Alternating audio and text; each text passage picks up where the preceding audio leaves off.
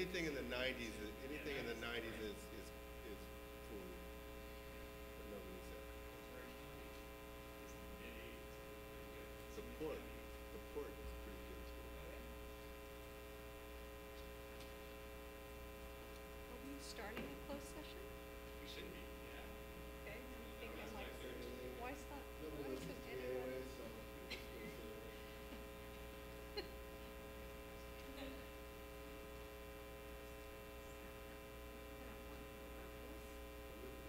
Yeah, that's a little weird. People like you and me, they're doing, have you seen they're doing a seance? Oh, that's awful. Yeah. Oh, it's sold by auction at the dinner.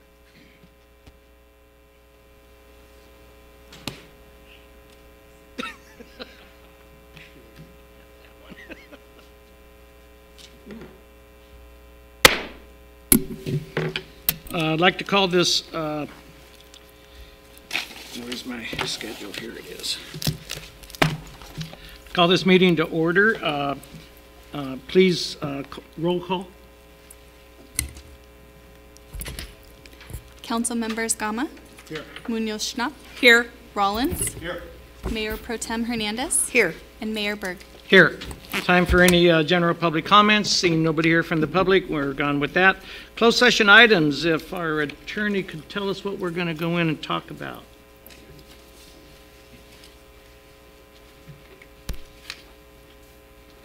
Mr. Mayor and Council,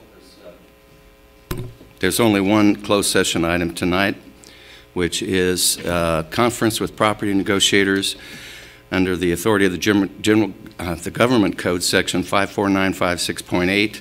The property in question is 700 East Port Hueneme Road, Port Hueneme, California. Agency negotiators, Rod Butler, City Manager, Tony Stewart, Community Development Director, Steve Kinney, Consultant, Caris Navigating. Negotiating parties are the city and Red Mule Group. Under negotiation are price and terms of payment and sale. Thank you very much. If there are no comments from the council, we will recess the closed session. The time is right now 5:33. Oh, we do have a. Is there someone that's going to be out? Thank you. My We need apologies. to I anna- forgot we it need from there to announce here. this. Well, no, this is a new council, and so they don't Yeah, know that if they no. have to recuse themselves, it has to Well, be noted here on the, but you have to do it here. Yeah. I had agreed that I would bring it up, Okay. but I was thinking of the public issue, We not have a new this one. attorney, I guess. Yes, Councilmember Rollins is going to recuse himself because I've advised that it would be wise, although he is a little outside of the 500-foot limit. The HOA, of which he is a member, has been heavily negotiating with the developer for various things, and so it creates an apparent conflict, and he has taken that advice and will be recusing himself, both from the closed session and from the action on the open item. Okay, so the time is now 5:34. We shall now recess to our closed session. So does this replace? Yes. It just adds to? Okay. Okay. Oh, it's a dead. So I think it's this one here. Did you guys all remember to sign those certificates? I did. Thank you. Yeah. Are there new ones? Today. For the military? For the military Oh, appreciation. today, okay. Yeah. I didn't go Just into the before you leave office. tonight. Or Where's the best place come to in hear it anytime without this week commenting? before Friday. Okay.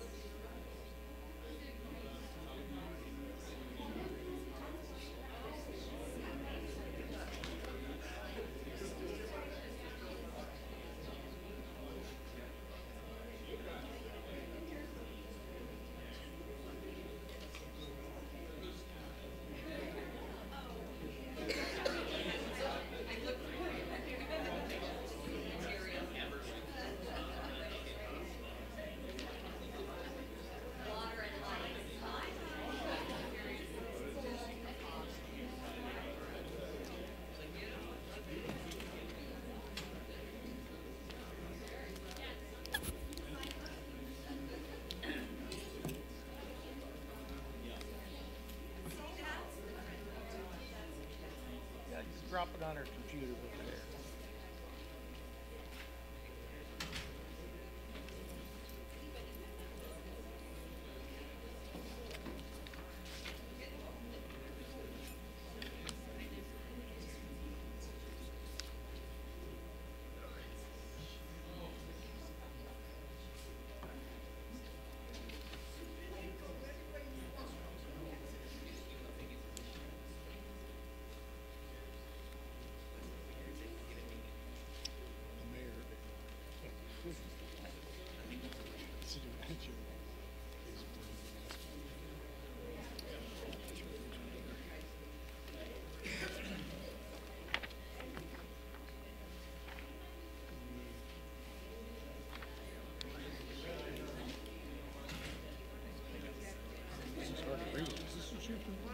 The red stuff is what I said.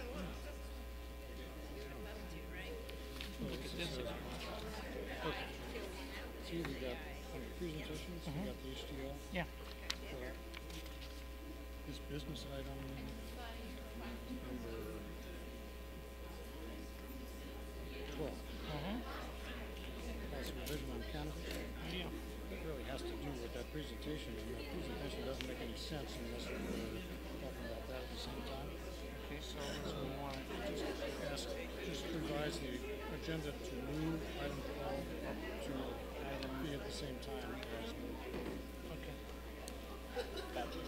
And I'm sure we'll move item 12 to join item 3. Yes. Exactly. Well said. Well said. Thank you. With item 12. Okay. I don't smell any tar or anything. Do you smell anything? Melting? Item 12. It's still 10 minutes. It's not No, it's not. I'm rather surprised. We still have 8 minutes.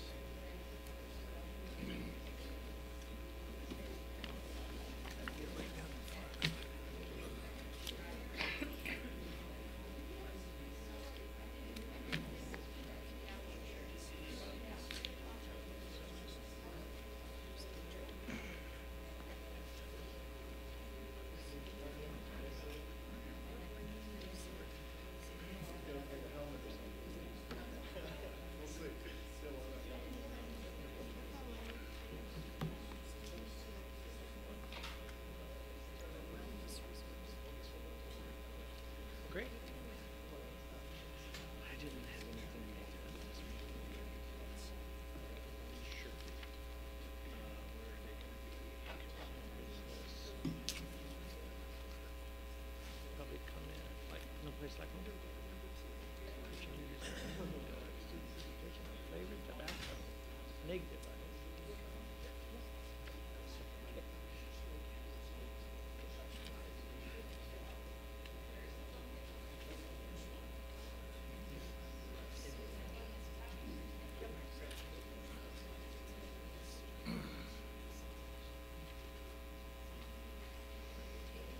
Smell any tar? I didn't smell any tar, do you? Tar and feathers? Zeroni. Zeroni. You want to build what? Where?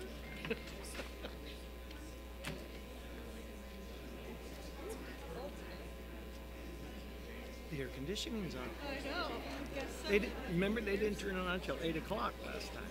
That's why it was so hot. I thought I was too.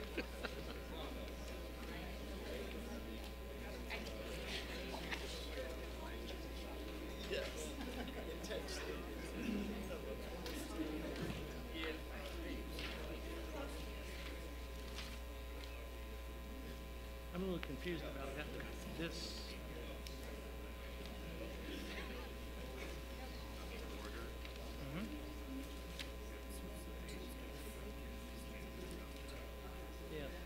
I'm gonna combine that. I'm combining item 12 up. Well, what's this?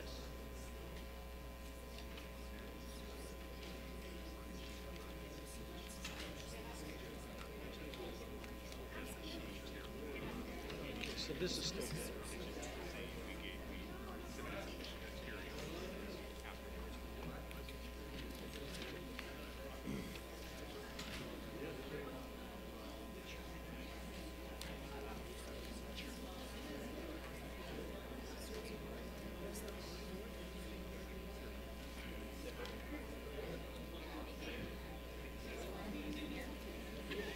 You know, I don't know if I'd recognize him now.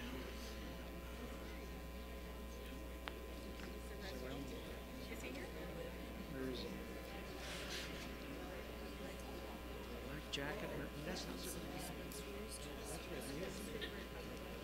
Oh, okay. Where is he? Oh, there. Okay.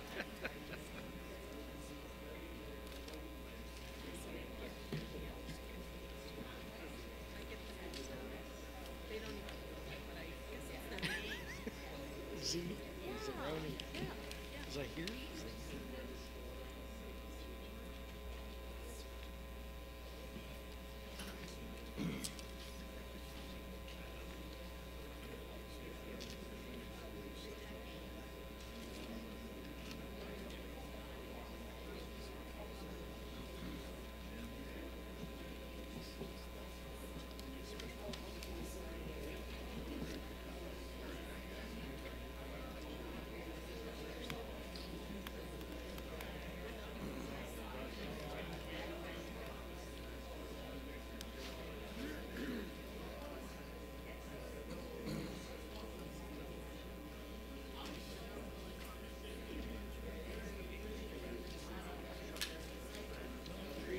These are general.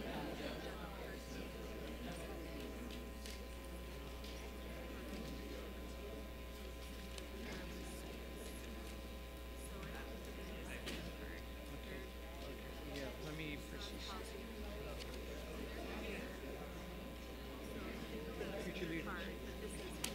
So the future leaders don't need it.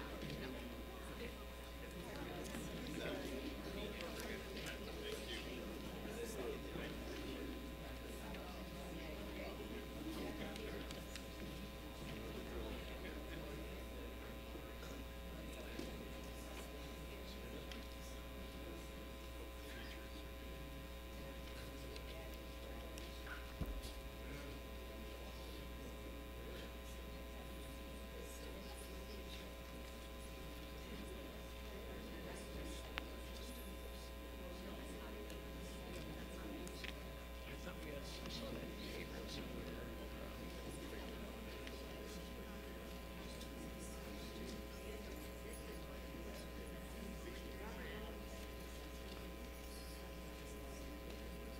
Ventura County Office of Education. Total.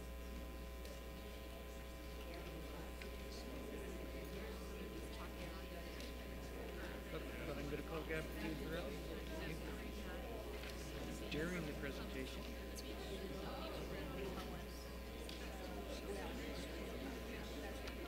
This one, there's only one. These 2, 3, 4. These are 4. These 2. Reach. All right. Hotel. Surfside 3, doesn't say. Berg County. Cannabis CEO. What's this? Can't even read the name. Diane, somebody. Hildebrand. Lenny Vaughn, Hotel Pro.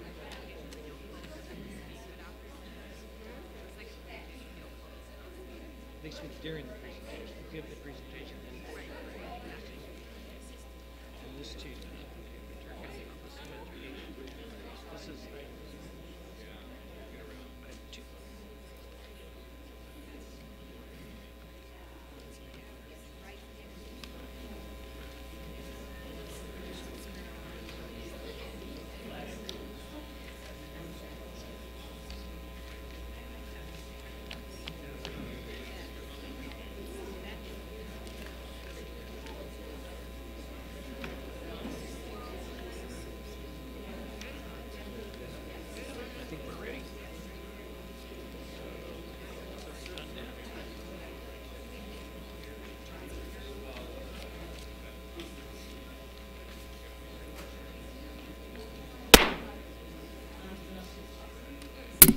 the time is now 6:30. I'd like to reconvene this meeting. We'll start with the flag salute. Please rise and help me salute the greatest flag of the greatest nation by saying, I pledge allegiance to the flag of the United States of America and to the republic for which it stands, one nation, under God, indivisible, with liberty and justice for all.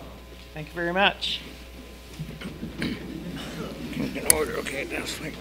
In order, please. Okay, we now have our inspirational moment by Councilmember Schnopp, please. Yes, thank you, Mr. Mayor.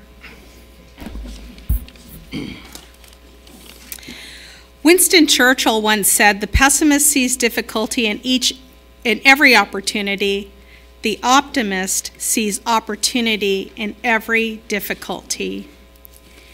And I'd like to have us all think today about at least one person that has inspired us. And if they're still alive, make the opportunity to thank them tomorrow. Thank you. Okay, if we can have the roll call, please. Council members Gama. Here. Muñoz-Schnopp. Here. Rollins. Here. Mayor Pro-Tem Hernandez. Here. And Mayor Berg. Here. And can I get a approval for the agenda? Move to approve the agenda. I've got a motion Second. and a second. All in favor say aye. Aye. Aye. Thank you very much. Report on City Council closed session action. Mayor and Council, there was no reportable action from tonight's single closed session. Thank you very much. At this time, we will need to recess this council meeting and call to order our Housing Authority meeting. So we're going to just switch gears for a moment, talk about public housing for a moment. Well, Johnny gets up here with us. Good to see you again, Johnny. And it's that time again for roll call. Members Gama. Here. Muñoz-Schnopp. Here. Rollins. Here. Vice Chair Hernandez. Here. And Chair Berg. Here. And Johnny Brown. I'm sorry. Member Brown. Okay, agenda approval for Housing Authority. Can I get a motion and a second? I've got a motion Second. and a second. All in favor say aye. Aye. Okay. Now, any comments from the public, general comments about Housing Authority? No, and so the consent calendar agenda for Housing Authority, the mayor shall read the titles and the items, so please bear with me here.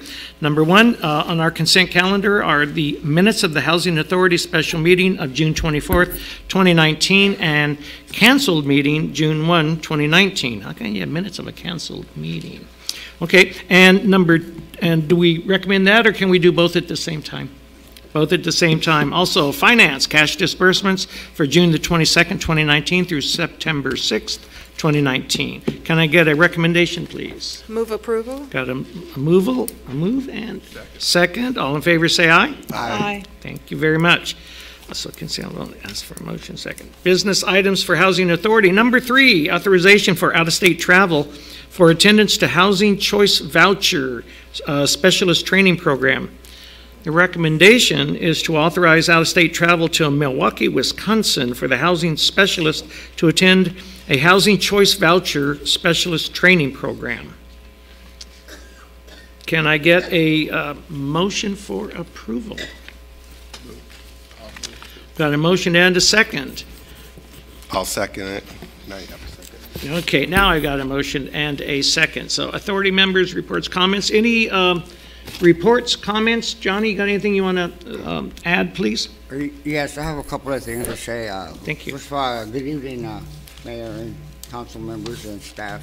Well, first of all, I was going to ask if I can get my report like I was getting it before. They were sending it to me in the mail or through email. So We think we may have done that, but probably we misaddressed it or something. Yeah, well, I wasn't at the last meeting. That's why they probably missed my name. Okay. Okay, well, I'm back now. I had back fusion, so Did you? that was like 2.5 months ago, and I'm still kind of recovering from it. So Glad to have you back. anyway, yeah, thanks. And all I want to say is they're doing a good job at the Mar Vista. They painted the outside and and inside with the balconies, and they cleaned it up, and they trimmed the trees. Excellent, And so, excellent. it's making it look better, so that's all I gotta say. How about the windows? I don't know, the windows, they haven't put them in yet. Not yet? No? Okay. Yeah, they were supposed to put them in this year. But we're aware, well, it's still this year. We're aware, we're following it, Johnny. Yeah, I We'll know. be there. Okay. Okay. Any other comments from? I have a point of order question. Did we approve the authorization for out-of-state travel? I heard a motion to approve in a second. And did we approve it? Yes, Okay, we boy, did. that was fast. Went fast, yes. Dang. Okay. I keep up with you. Okay, so if that is all for our meeting, comments are finished, then we will adjourn this meeting. It is now 6:36. Thank you, Johnny. We will now reconvene our city council regular meeting. General public, we do have time for general public comments. I think I have two I have.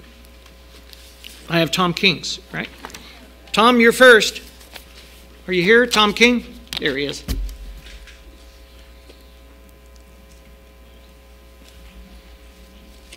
Mayor, Mayor Pro-Tem, City Council members, staff. Not good at these microphones. Can you hear me? And as a matter of fact, Tom, I was asked to make a comment tonight for everybody that talks up on that microphone. Really talk into the microphone, and it makes it much easier for us to hear you. Otherwise, sometimes it makes it a little harder to hear you, okay? And that goes for you guys up here at the dais with me, too. Thank you. I'll do my best. Is that better? How about that? All right. First, I'm up here as a member of Save the Poor Hueneme Coast, and I would like all our members that are here to stand, please.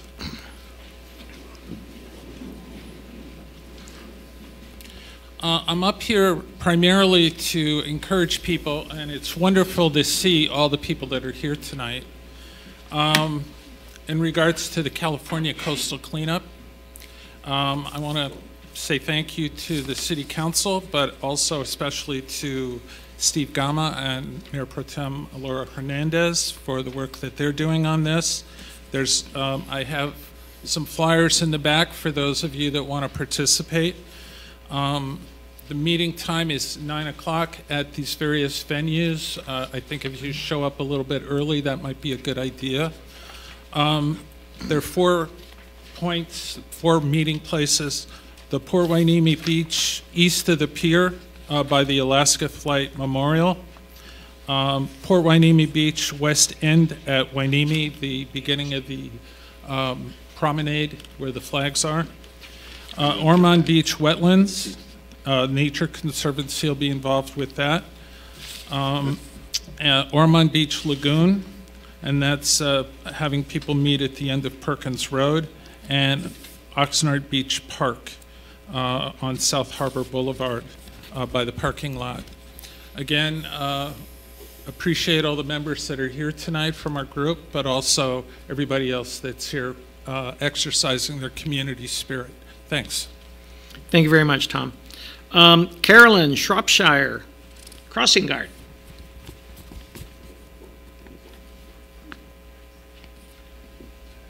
Thank you so much for letting me speak. I'm here on the point of the crossing guards. I don't know if you know, but last year we lost 2 crossing guards due to traffic. One is me, and I don't remember where the other one was. But in Port Hueneme, there's 2 different places, one on Pleasant Valley in Florence, and I do Clara and Ventura Road. And in the morning and the evening, it can get very hectic because people don't want to stop. They're on their way to work, or they're on the way home, or to work and on the way home. Down here where I am, I'm at Clara and Ventura Road. I have cars that pull right up to the crossing guard sign where they should be a few feet back, but they're right in the middle of the cross guard thing. And you're trying to cross kids, and they're in the middle of the road, so you can't cross them. Also, coming out of Clara, it's a blind spot there. And so when I start stop traffic, the cars get in the middle of the road and then the Clare Street can't get out. And it's very dangerous because these kids are out in the middle of the road and they don't want to stop.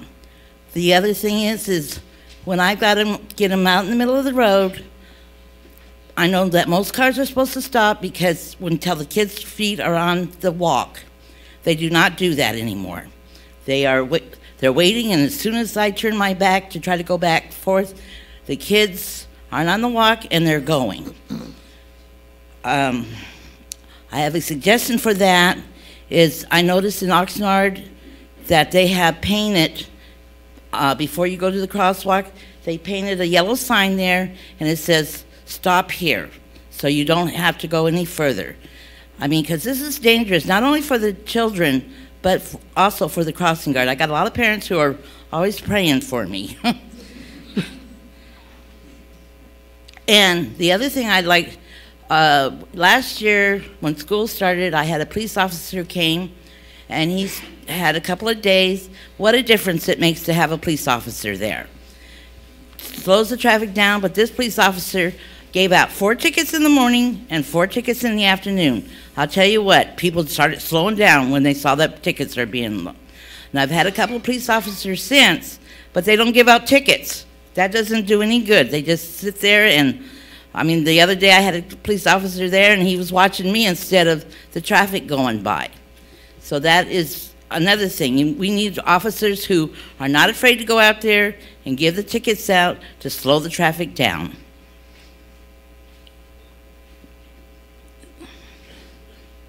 And then one more thing is when I'm crossing, the other day I was crossing some kids.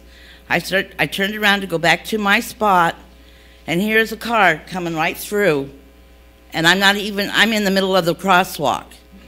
And what'd she do? She gets up there, and I'm going like this, and she waves at me as she's going by. And I'm going, wait a minute, I'm not even on the walk yet. You're supposed to be over here, and you're not. So I'm hoping my suggestions about painting where they should stop would come and just put a sign. It can't be that expensive to paint the thing and saying, hey, this is where the cars need to stop so they're not so near the kids. Last year I almost lost a mother because I'm out there with a sign and the cars are just barreling because they want to get to work or get home, whatever. Wednesday I ended up having to call a police officer down there because the kids get out early on Wednesday and they would not stop. I am so thankful, though, the policeman did come right when I called him, said, could I have a police officer down here for a half hour? The police officer showed up, but he was watching me more than he was watching the traffic. Afterwards, he says, well, I want to compliment you. You did a great job. But I need you out there to give a ticket out. It isn't that hard to give tickets out, and it makes a big difference.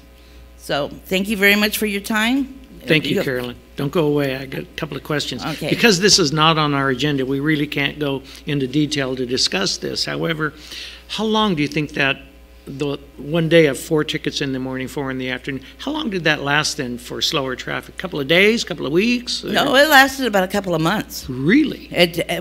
You would be surprised the difference. When you see a police car there and he does go out of his way to give tickets out, a couple of months later, I mean, he might be there 2 days a week, but I'll tell you what, it does slow the traffic down. A couple of months, people don't want to get that ticket. So it does work. It really does. Yeah, I tell you, if you want to get a ticket, just park illegally somewhere. You'll get it fast. Yeah, but now they've been parking the police cars, you know, a little bit down, and then they leave the police car there. Well, that lasts for a couple of days, but now they know that the policeman's not in it, so they're, you know, barreling down the road. I mean, it worked for a couple of days. You know, that was a great thought, but you do need a police officer out there that they can see who is doing his job. I understand. I see 2 people in the audience that are taking notes. One is our Director of Public Works over here. He's the guy in charge of those crosswalks and everything else. And our Chief of Police. He's over there, and he's got... I met him the other day. And I already gave him my... Oh, he knows, huh? Very good. Carolyn, thank you very much. Thank you so much. But I want you to know that the police officers are doing their job. It's just I need a little bit more help at the crosswalks. On Florence and Pleasant Valley and Clara and Ventura Road, Those are the two most dangerous spots here in Hueneme because we don't have a light. And the one that's down there on Scott Street and Ventura Road, the light seems, they have the light in the crosswalk there a little bit more. Where I'm at, it's up on the top. I had to ask the bus driver the other day, is that light working? Because they weren't stopping. That's why I called an officer down there. Thank you. So, thank you. Thank you. Steve Kinney, REACH.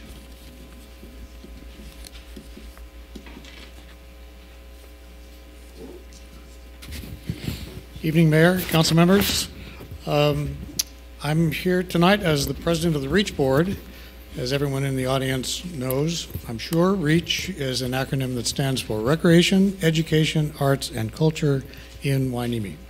It's the primary civic nonprofit organization here in our community that supports as many community events and programming as we can as funds are available. And the reason I'm here is to make you and the public aware of an upcoming fundraising event for REACH. It is the first, and we hope first annual, ghost tour at the Bard Mansion. It's going to be held on Friday, October the 25th at the Bard Mansion, and it will be hosted by REACH for the dinner and all that, but the program will be presented by Mr. Richard Sennett and his wife Debbie, very well-known name and personalities here in Port Hueneme. So Mr. Sennett will be giving a tour of the Bard Mansion to give everyone a first-hand experience of all the ghosts who allegedly reside therein. Another item is that his wife, Debbie, will be conducting a seance after the tour. Now, in the nature of a seance, you don't want to get the group too big because the ghosts get bashful in a crowd. So she's keeping it down to a very small number, specifically 14 people who will be allowed to participate in the seance. And that number is so small that we decided we're just going to, during the dinner, we're going to auction off those 14 seats for the seance. So nobody will know when you get there whether you're a part of the seance or not. But once you learn, then brace yourself, because all bets are off after that. Good idea. So I've given each of you a little postcard with all the appropriate information on it. On the back is some of the events and programs that REACH has sponsored during the course of the year. There's a large pile of these in the table at the back of the room. I encourage everyone, take one and put it on your calendar. It's at the Bard Mansion, so there is one step that we have to go through to get the information to allow people to get through the security gate on the night of the event. It's not a big deal, but it does weed out the procrastinators in the crowd because all that information has to be in 2 weeks before the event. So all of us typical last-minute Larrys for committing to events will be out of luck for this. So it's really about a month that people have to get organized and get your information in. All the contact information and program, et cetera, is on the postcard. Hope to see all of you there. Thank you. Thank you very much. Yes, Mayor Pro-Tem. Quick question. So how do you register for this? There's a phone number at the bottom, and we will, within a couple of days, I'm told, have a registration button on the REACH website. Okay. Okay. Great. Thank you. Mm-hmm. Good. Thank you. Thank you very much. Anybody else out there for comments not on the agenda again? Okay, so we are now moving on to our presentations. I have a question, point of order here. I got a couple of comment cards for items that are being presented. Do I let them speak first and then do the presentation, or presentation first, then let them speak? I think it would be beneficial to allow them to hear the presentation and then let them speak so they know. Makes sense to me. They Good. might have additional things to say. Thank you very much. So our first presentation tonight is No Place Like Home, the Ventura County Behavioral Health Presentation. Susan Whitewood. Hi, good evening, council members, Mayor Berg, and city staff. My name is Susan Whitewood. I'm the housing manager with the County of Ventura Behavioral Health Department. And This must be the clicker to change slides. Let's find out. Okay. And we're off. Yes. Yes, it is. So housing is a social determinant of health. I'm not going to read these slides to you, but I am going to touch on some of the bullet points. I sometimes feel when I give this presentation that I'm stating the obvious, but housing, especially in our community, is tied to income. It is also evidence-based care for homelessness. The mentally ill suffer inadvertently from homelessness more than the general population. And providing a home for somebody that's homeless can have a positive change in their lives that cascades and turns into other positive changes in their lives.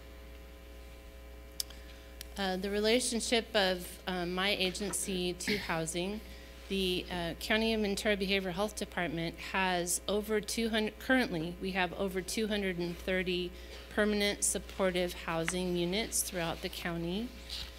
We also manage some what was formerly known as Section 8 vouchers. We have Section 8 vouchers that we manage throughout the county. We partner with builders, property management companies, landlord service providers, and others, mostly nonprofit housing developers such as CEDC, mini mansions, housing authorities, to name a few, to build and manage housing for homeless and mentally ill residents.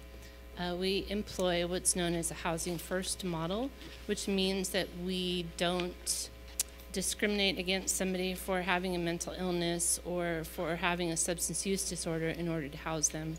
We believe that we house a person first and then provide supportive services once they're housed. It's very difficult to deliver supportive services to somebody that lives on a sidewalk on the side of the freeway in a bush.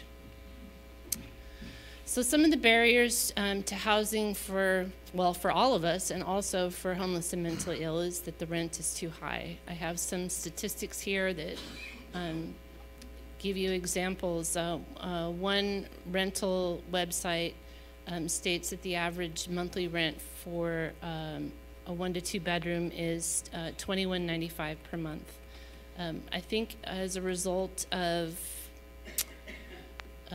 in part, our natural disasters, our fires, our housing stock vacancy rate is very low. So that also contributes to people not being able to find housing. There's also a lack of supportive housing. Housing is expensive to build, and to build low-income housing is a very, people don't tend to want it in their backyard. So it's political, it's expensive. There's also a lack of variety of housing for the mentally ill. It takes years, in some cases decades, to build this type of housing. And right now there's funding for only one type of housing, and that's pretty much efficiency and 1-bedroom apartments with supportive services. What we don't see is public funding for board and care type facilities, assisted living, or RCFEs, which are residential care facilities for the elderly. As you can imagine, having a mental illness makes finding and keeping a home very challenging. One of the other things that I've discovered as I do this work is that people have an expectation of folks with mental health diagnosis that once we house them and provide them all these services that suddenly they're going to get better, they're going to get a job, they're going to pay taxes. A lot of times they don't. A lot of times the best they can do is to be housed, and I'll just leave it at that. So the point-in-time count, for those of you that aren't familiar with it, is our county's effort to count the homeless. And what we do is once per year we go out and we count the homeless. And so I know the print is really small, and I apologize for that, but what the slide shows you is what those counts were from year to year since 2007. You have a 12-year average, the change from last year to this year, and including the percent. So you can see where Port Hueneme falls. It's right there in the middle. Looks like in 2019 there were 30 homeless counted. As I mentioned earlier, we have just over 203 permanent supportive housing units, plus the additional Section 8 vouchers that we fund countywide. We also operate or contract out 7 different board and care facilities, including 2 residential care facilities for the elderly. These are little higher service homes for people. They get medication management, they get transportation to all their medical appointments, they're licensed, so it's a higher level of service. And now recently, we're adding homes under the No Place Like Home voter approved initiative. I don't know if you recall last November on our ballots, we all had a choice to vote to provide funding for homeless and mentally ill. That was the No Place Like Home initiative, and it was approved. So the way the money comes to us for No Place Like Home is that it's taken out of our mental health budget countywide. So the state came along and they carved out a sum from every county's mental health services administration budget and earmarked it for housing. We don't get that money back. It's not like the state said, Ventura County, we took this many millions of dollars, it's yours to spend on housing. Instead, the state put it in a pot of funding and all the counties have to compete for it. And there's 3 different categories of counties. There's the super large, I call too big to fail counties, such as Los Angeles. The state just gave them their money and said, do what you want, build the projects that you want as long as they comply. Then there's the large counties, and this is the category that Ventura County falls into. We're at the bottom of the large county category, so we're the small fish in a big pond. And then there's rural counties or small counties. And each of those categories has a pot of funding available to them to build housing for the homeless and mentally ill. In our case, we're, well, let me back up a little bit. The state is going to have 4 rounds of funding under the process that I just described. We're currently in round 2 funding, and those applications are due to the state in November. We're competing for $76 million statewide. Additionally, we have a small pot of funding that's non-competitive that we can assign to projects without having to compete for it. So you can see there's a lot of money out there to be had for homeless and mentally ill housing. I put a little link up there if you want to read the RFP. You can go there.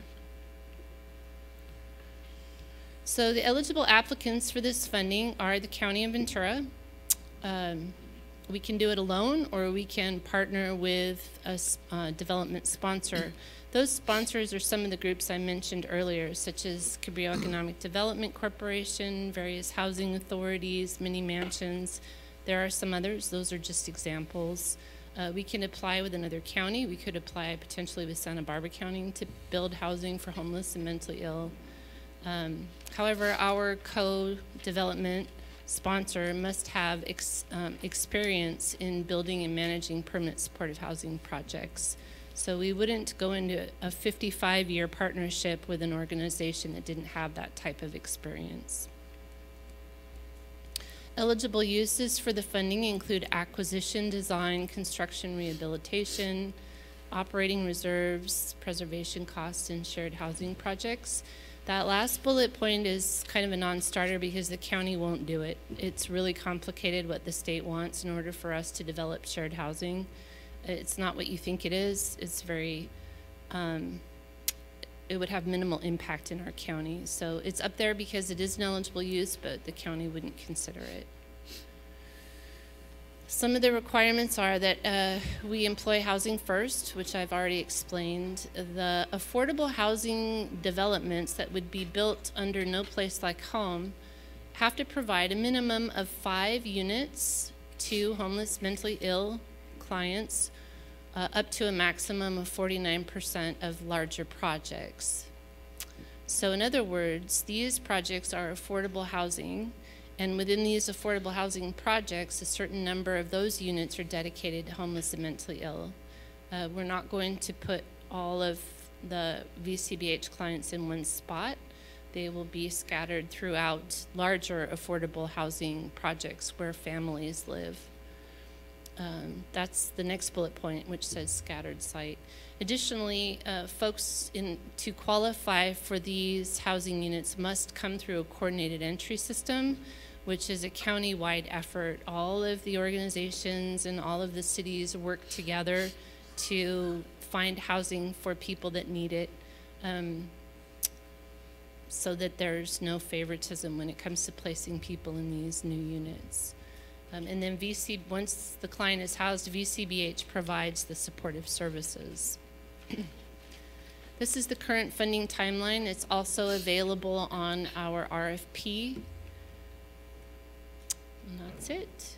There's one little more slide. Oh, I guess not. It was just a little fact sheet. Go back one more. Go back one more. That one? No, it was a fact sheet. It just kind of summarized everything that I... Okay. Oh, it we is have it in the our packet? packets. Yeah, there's also a link at the bottom of that if you want to go to the Housing and Community Development website for the state to read more about the No Place Like Home initiative. Good. So, questions? Thank you very much. Are there any questions? Councilmember Gama. Yes, I think there's a correlation between mental health issues and drug addiction. How do you deal with clients that are either involved in illegal drug use or participating? In other words, does it disqualify them for the program, or do you try and intervene and help? Yeah, so Ventura County Behavioral Health, first and foremost, we provide services for the seriously mentally ill.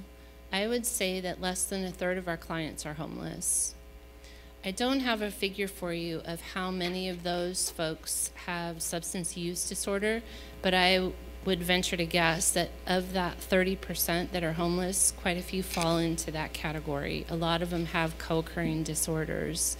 In terms of housing, but we don't require that they be engaged for treatment for mental illness or substance use in order to get housing. That being said, they wouldn't even be on our radar if they weren't. So it's a bit of a catch-22. They're going to get housing because they've engaged, but it's not a requirement for housing that they receive services or be in treatment. However, every project that is developed has a treatment plan specific to that project. So once somebody is housed, we have a plan to provide the services. Thank you. Thank you very much. Mayor Pro-Tem? Thank you, Susan, for your report. I Sure. really appreciate it, and I apologize for the interruption. I just turned my phone off. And I may have missed you saying this, but are there any successful models in Ventura County already that you could point to and That's that we a great could look question. So there are successful models for permanent supportive housing. I'd be happy to send you the list of housing that VCBH manages. There's more than just obviously what we have. In terms of No Place Like Homes, I'm sad to report that the County of Ventura did not get any of the funding under round one. We had opportunity to compete for $90 million statewide. We submitted 2 very strong applications for housing, not for projects in this city, they were in other cities. And both projects fell through for different reasons. So although the money came out of, part of the money came out of our county budget for mental health services earmarked for housing, we didn't get any of that funding. In round 2, I'm pretty determined to get our fair share. So we have a few projects in the pipeline. It's part of the reason why I'm here tonight.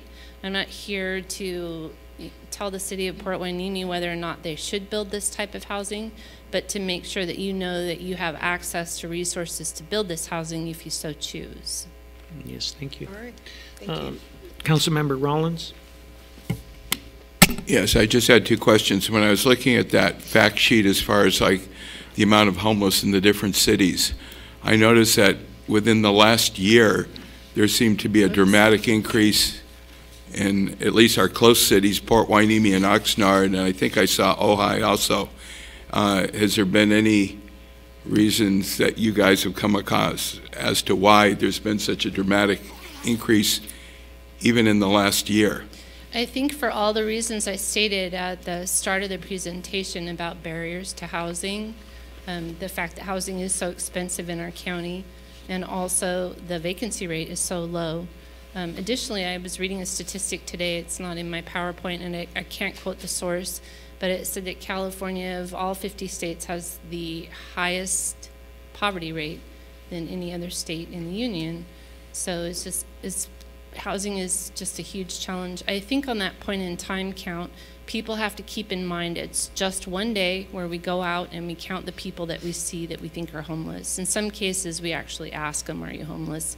In others, we don't. It's not counting the people that are couch surfing or that we don't see on that particular day. So by most estimates, that figure is pretty low. Additionally, if I'm recalling my chart correctly, the only city that saw a decrease in homeless was the city of Camarillo. Every other city saw an increase, some, as you point out, more than others. And then a follow-up question to Mr. Gama's. The housing first, the homes first, allows people with any type of addiction to be allowed in. Once they're in, are there any rules as to, I know we provide services and stuff like that, are there any rules as far as them actually using drugs once they're in there? Because I've heard that's a big problem, why a lot of the homeless don't want to go to facilities, because while they'll be accepted, there are rules that they choose not to follow. Yeah, those are good questions. Yes, there are rules. Housing first is not a free-for-all. People in any community have to live by a set of rules, and it's the same in our permanent supportive housing community. We do evict people. For us, that is the worst case scenario, because everyone has worked so hard to house these folks that it's tragic when we have to evict them. But they have to follow the rules like everybody. They have a lease. The rules are made clear. In the event that somebody is housed and then they start to decompensate, we have a process in place that we utilize consistently to make sure that they have every opportunity to comply with the rules, and if they don't, then they're evicted. I will send the list of housing projects that you can review and do your own research and find out if it's successful. The Housing First model is the evidence-based model of care for people with homelessness. I would venture to say that some people probably won't ever come inside. Councilmember Schnopp. Yes, Susan, thank you so much. It's a daunting task, this effort that you and your cohorts are doing. And, I applaud you for continuing to go for that money, even though you didn't make the first round, but that you would be successful one of these days. I know that in the past when the homeless count was done, there was a correlation between the numbers of those counted in Port Hueneme and those counted in Oxnard. So like one year we would gain 7 and they would lose 7, and another year they would lose, so it would be correlated, because we know that there's, there isn't a border necessarily that showcases on the street when you change cities. But I know that looking at this chart, in 2019, it says that Port Hueneme had 30 and Oxnard had 548. So we've seen these numbers jump. The numbers were lower back about 5 years ago, and now they're higher. And so is it attributed to a certain age group? I think we had heard maybe that there were more folks that were between like 18 and 35 that were homeless now. And so that's a great question. Tara Caruth with our Continuum of Care, she manages the whole point in time count, and she actually has on their website a breakdown by age. I'm not the expert on her data, but I can tell you, because I heard this just the other day, that the age group that's growing the fastest in terms of homelessness are our seniors. The seniors. Yeah. Okay. And then when you're building the homes, the places, they would be for all ages, right? Right. So No Place Like Home serves adults, but it also serves families. So it could be the child that is severely mentally ill, and we house the family. So we serve all ages. We're looking at one project that would be just for seniors.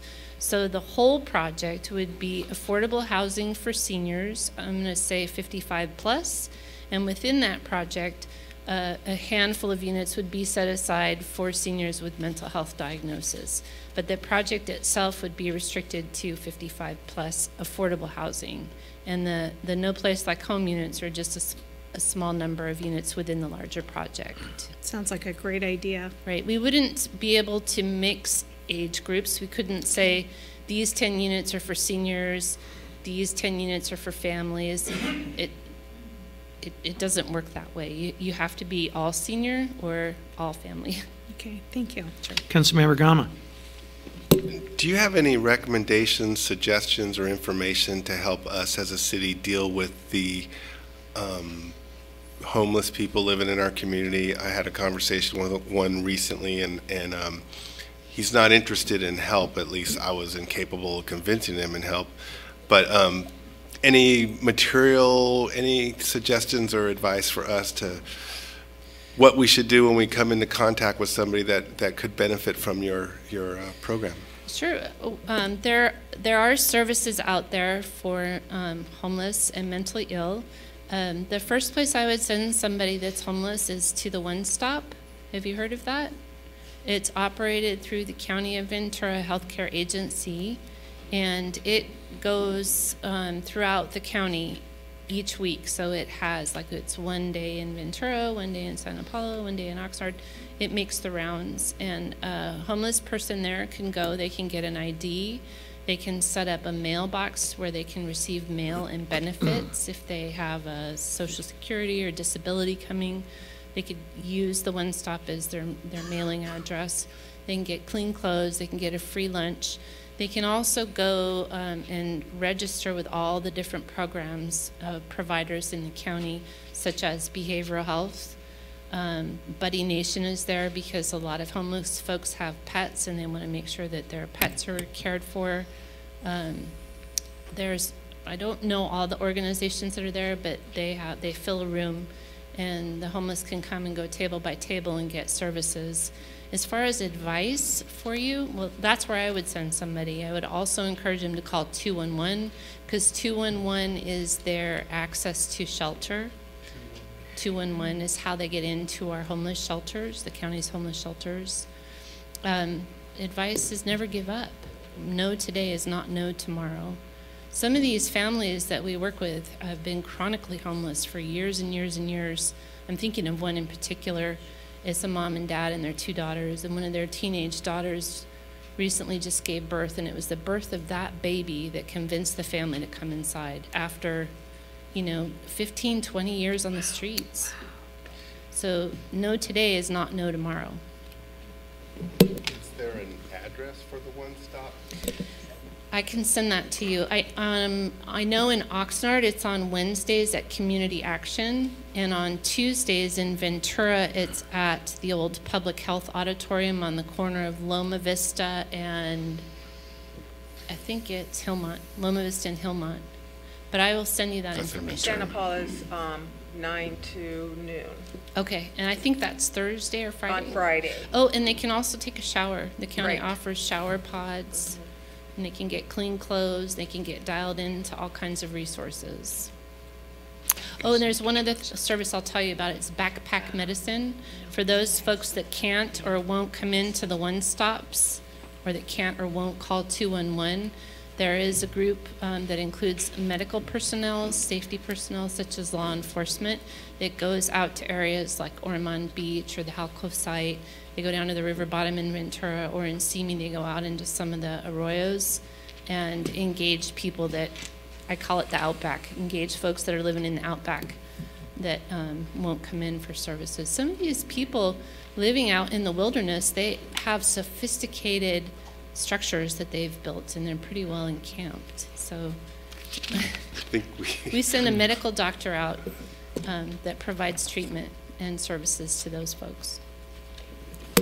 Thank you very much, and we You're welcome. appreciate what you do on behalf of the people that need your help. Thank you. Okay, our Mayor Pro-Tem will introduce our next item. Thank you, Mr. Mayor. It is my pleasure to introduce the Future Leaders of America student presentation on flavored tobacco. I met this group several months ago. They invited me to attend one of their meetings, and each of the students gave me a very professional, well-delivered presentation, and I thought, and they also introduced to me the issue on flavored tobacco and flavored cigarettes. And since then, we've heard a lot more about the dangers of the e-cigarettes with flavored tobacco. And so they are here today to share with all of you information about who they are and their mission to take flavored tobacco out of the hands of teenagers. And so I would like to invite them to come up. I was so impressed with them, I just wanted them to come up and do their presentations for us. So there's 4 students who are going to do presentations, right? So if you could just come on up and make sure you speak directly into the mic.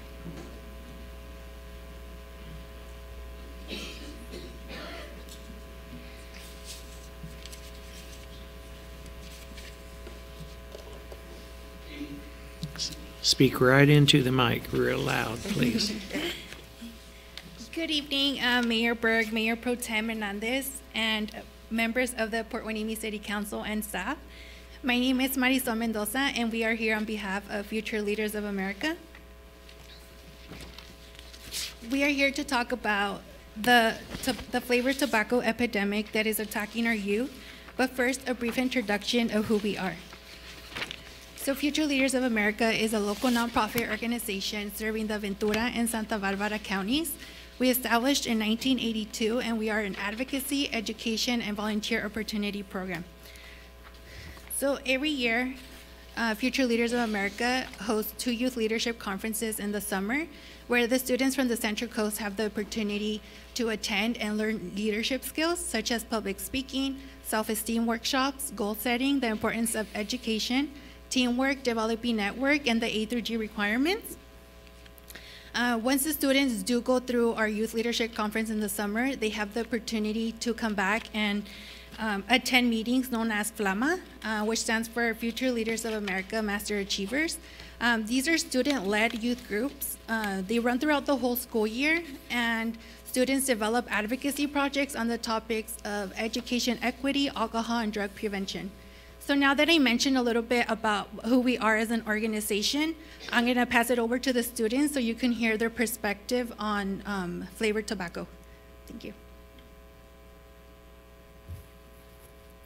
Hi everyone, my name is Chelsea Garcia and I'm a soon-to-be voter in the Ventura County City. And I'll be introducing some of the many flavors products that exist. For example, mentholated cigarettes, cigarillos, cigars, little cigars, e-juice, smokeless tobacco products, e-cigarettes, and hookahs. Mentholated cigarettes are compounded with menthol, and this flavored is way more addicting. Also, this flavor is used by many young students, and 80% are likely to become lifelong smokers growing up. A 2018 National Academy of Medicine reported that there was evidence that e-cigarettes increase the amount of cigarettes in the future. Flavored tobacco products play a key role in enticing new users, especially youth. There also has been a 78% increase used for the youth especially. The market is massive, and this is a danger because it tastes so good for the youth that it becomes addicting. But let's take a closer look with my peer, Jesus Ramos. Good evening, Mayor Berg, Mayor Pro-Tem, and esteemed council members. My name is Jesus Ramos, and I have been a part of Future Leaders for 3 years now. And I'm going to be talking about the geographical locations of tobacco retailers and the proximity to the communities, and also to the schools. So this shows the map of the city of Port Hueneme, and in red shows the tobacco retailers. And in total, there's actually 15 tobacco retailers throughout the city. And in regards to the population, there's 22,399, with median income being 51,407. So proximity to children. According to the California Community Health Assessment Tool, otherwise known as CCHAT, there are 6 tobacco retailers within 1,000 feet of local elementary schools, about 0.19th of a mile. As indicated by the red circles on the map, 5 of these tobacco retailers were within 1,000 feet of the schools, and not too far off is actually another tobacco store. Now, how does it disproportionately affect our communities of color? Truth Initiative has found that research shows that more tobacco retailers exist in areas with large Black, Hispanic, and low-income populations. Furthermore, Truth Initiative has also found that at different points in the past 60 years, tobacco companies have handed out free cigarettes to children in housing projects, issued tobacco coupons with food stamps, and explored giving away financial products like prepaid debit cards. And this helps show that tobacco companies are targeting communities of color and lower income through various tactics such as advertising sales, and more recently using social media to influence our youth. Hispanic and Latinx. So in the city of Port Hueneme, we're a very diverse community. Hispanics make up 56% of the city's population, as indicated by the darker shades on the map. Tobacco retailers are located in these areas, with there specifically being 11 stores.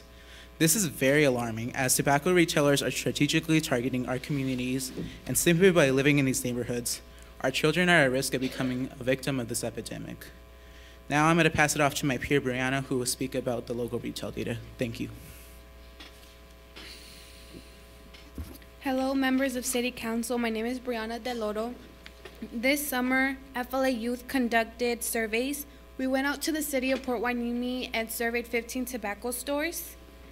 Our findings show that 11 out of 15 retail stores stocked at least one flavored tobacco product at the cost less than $2. Prices for flavored tobacco products range from 99 cents to $19.99 plus tax. Who here in the room has at least $2 in their pocket right now? And for our youth, there are pretty sure youth out there with $5 in their pocket who could easily walk from a short distance to a tobacco store to purchase their products. And only 6 out of 15 tobacco stores clearly displayed a Stop Tobacco Access to Kids Enforcement Act sign, which is a sign that indicates the sale of tobacco products. And now I would like to introduce my peer Brittany to talk a little bit more. This chart that is on the screen right now, it shows the availability of flavored tobacco products that are sold in stores. So the highest that are sold in retailers are mentholated cigarettes, following with flavored cigarrillos, and then with a 9% of flavored cigars, and it continues all along with flavored hookah being the less sold in these retailer stores.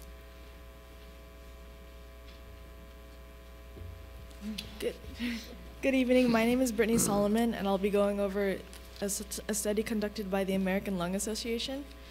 So the ALA conducts an annual study nationwide known as the State of Tobacco Control, where cities are graded based on their tobacco control policies. And this year, Port Hueneme received an overall F grade with 0 points.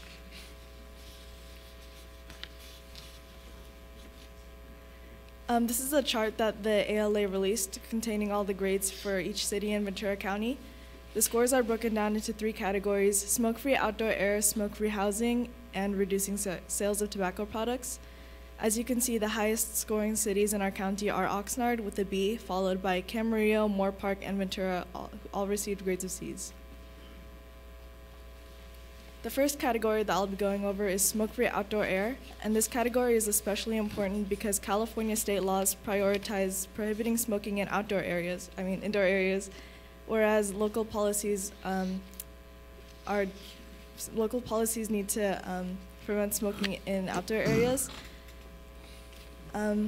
As you can see by this scoring chart that the ALA has provided, Port Hueneme laws do little to prevent smoking in outdoor areas.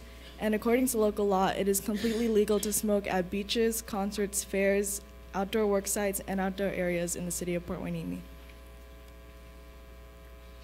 Our next category is smoke-free outdoor housing, or smoke-free housing, and Port Hueneme received a 0 in this category because we have no requirements for apartments, condominiums, or common areas to be non-smoking, and this raises huge concern about secondhand smoke exposure in our community.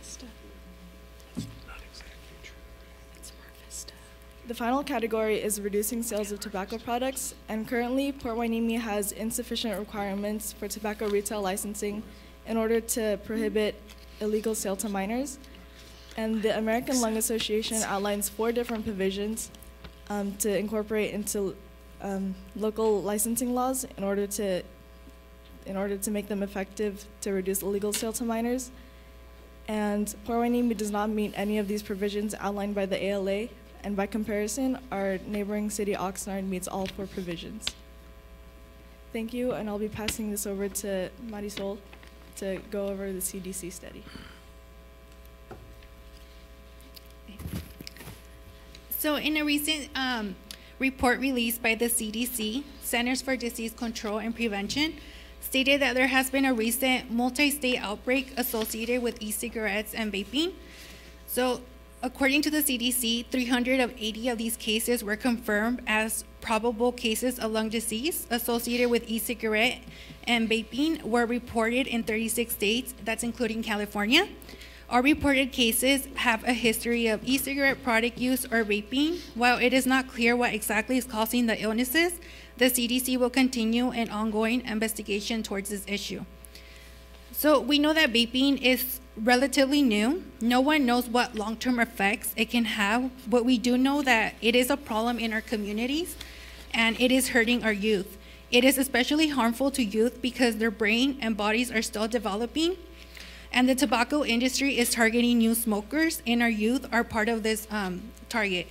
So we want to thank you all for your time, and to conclude our presentation, the students would like to make a recommendation. Given everything we shared today and FLA's mission to create healthy and prosperous communities, we recommend that the City Council of Port Hueneme ban flavored tobacco products, including methylated cigarettes, in the city of Port Hueneme, in the best interest of the community and our youth's health. Thank you. Thank you. Thank you very much. Any questions? Yes, so thank you so much for coming. I think this is the first time, as long as I've been on this council for 11 years, that we've had a presentation from Future Leaders of America. So it was an excellent presentation. Thank you so much for focusing in on a topic that's really heightened in these last couple of days, but taking notice of what we have and don't have in Port Hueneme. When you talk about smoke-free housing, we actually do have a building here in Port Hueneme named Mar Vista. And with that, there were some requirements set out a few years ago. I think it's now been at least 2 years, if not 3, where we've asked the residents to have a smoke-free location. And we would guide some of them, if they were smokers, we would guide them on a path of perhaps giving that up. Or finding alternative housing for them. And so that was a stance that the community that we here on City Council, but also our community at Mar Vista, was asking for that. And so we partnered together to do that. It's a little difficult to enforce, because if you see somebody who's smoking or smell smoke, you have to, call in and report it. So it's more of a, self-reporting. It's put on the residents to do that. But certainly that was something that we felt was really important for our community at Mar Vista. And then I have a question on that chart that has all the numbers, and so if you score more points, you get a better grade, and if you score less points, you get an F. So tell me what this is, because if you look down the list of Port Hueneme, so it says smoke-free outdoor, we have an F. Is that the case? And we have 2 total points for that smoke-free outdoor air? Yes. So that's to say that of all these areas where it's dining or public events or sidewalks, that we actually have people smoking in those areas. Yes. And there were only 2 facilities that are identified as service areas where there was a smoke-free location?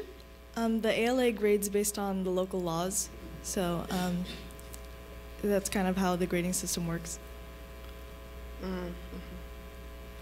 Okay. All right. Thank you. Other questions? Rich?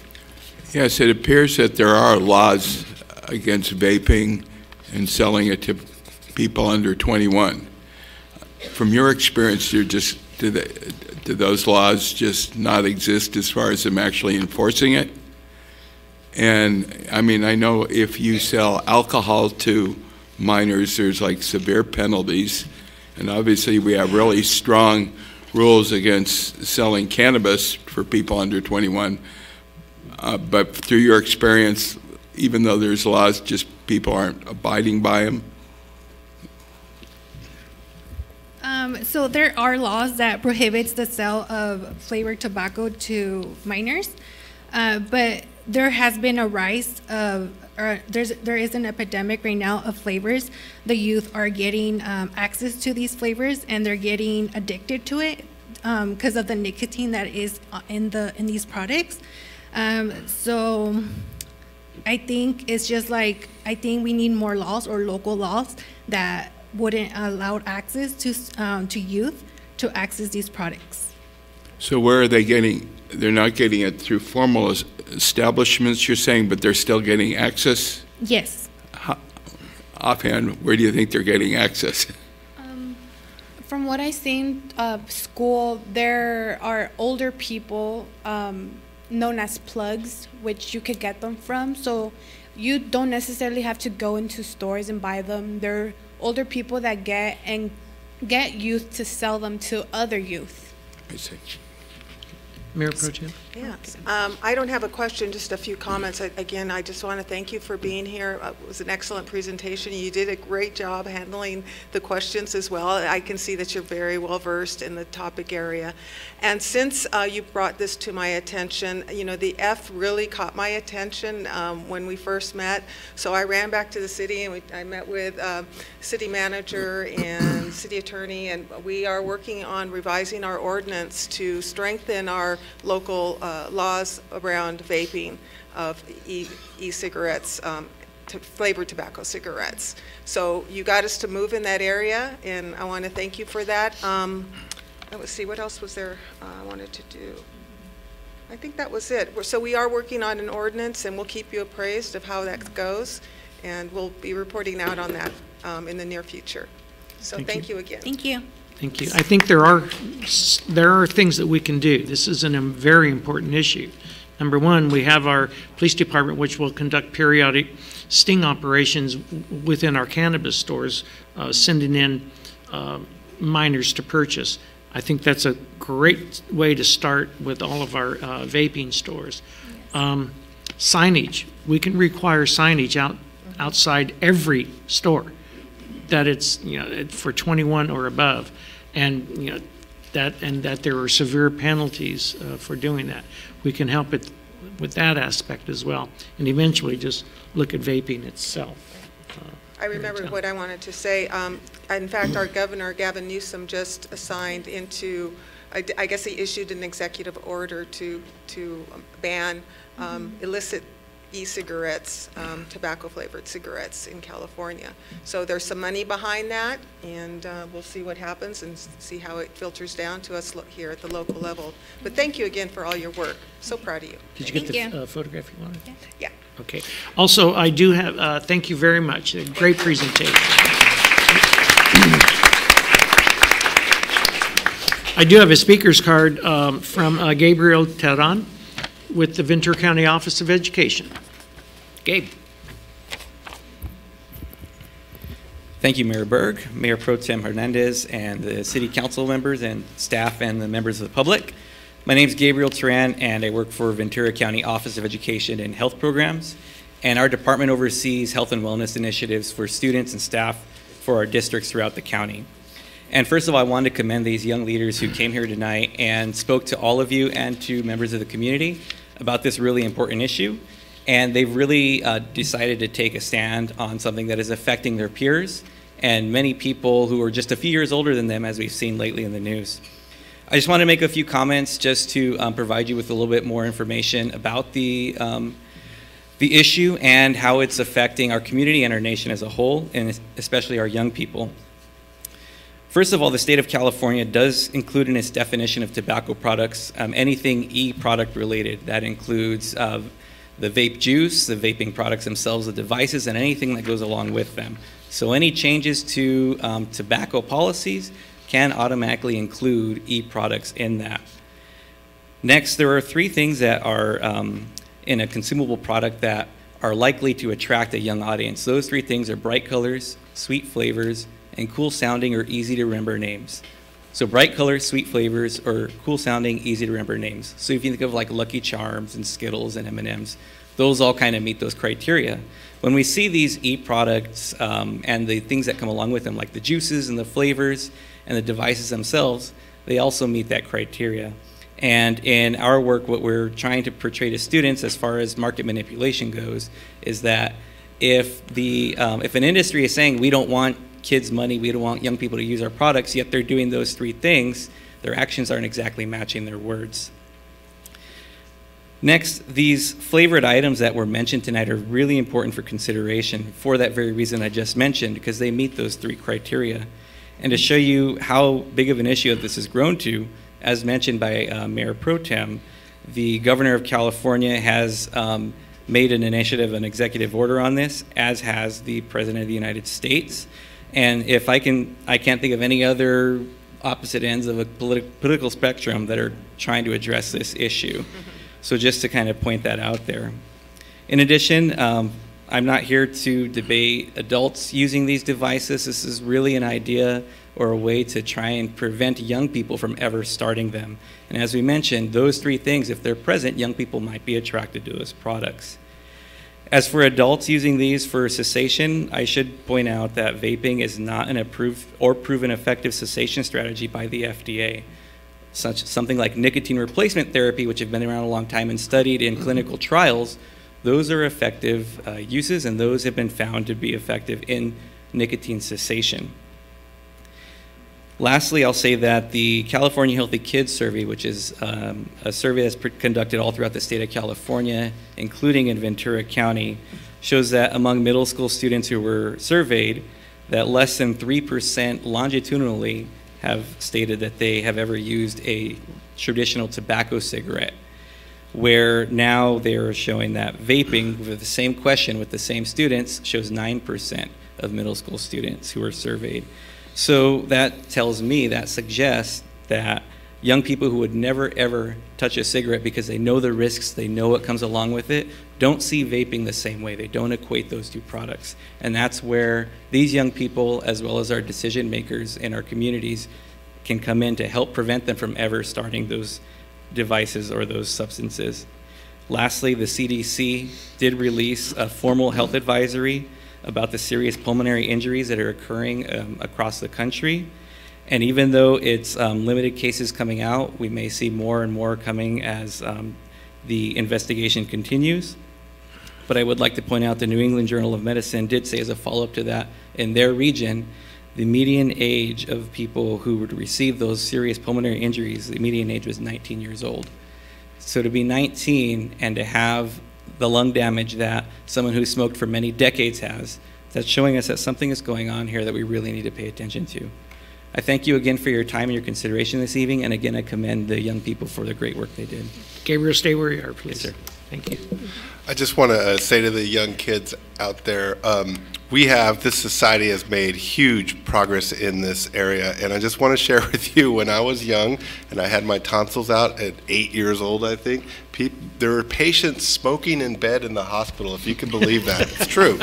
Also, when we'd fly on airplanes, smoking was in the airplanes. Also, when you go to a restaurant, everybody was smoking. And so I remember when the first non-smoking area came out, it was a little spot, but 90% of the restaurant was smoking. So, you just can't believe it, but that's the way it was. So we're making great progress, and you've identified an issue that needs attention brought to it, and I'm just glad you didn't have to survive what we here survived through when we were younger back in those days. Any other questions or comments? I do. Yes, sir. People that smoke cigarettes, you can smell it on them. Is e-cigarettes same thing? Can you smell it on people?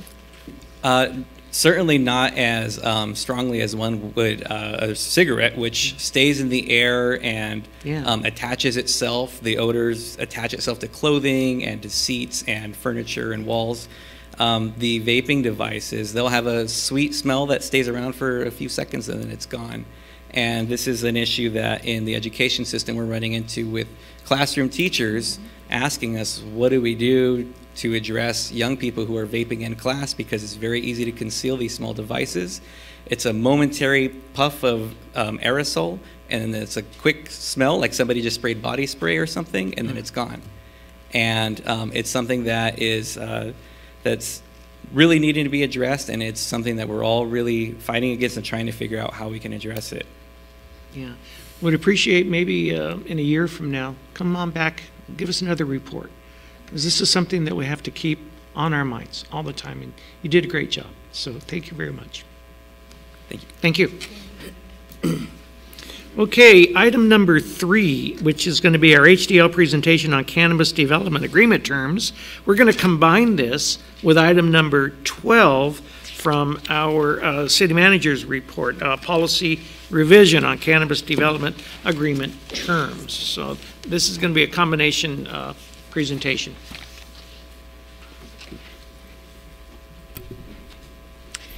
Mayor and Council, Steve Kinney, Economic Development Consultant, is going to be making some brief remarks before we introduce our guest from HDL. That's Steve Kinney. Mayor, council members, thank you. Under the category of how time flies, it's been over 2 years since the city council first adopted its set of rules and ordinances governing cannabis in Port Hueneme. Hard to believe, but it's true.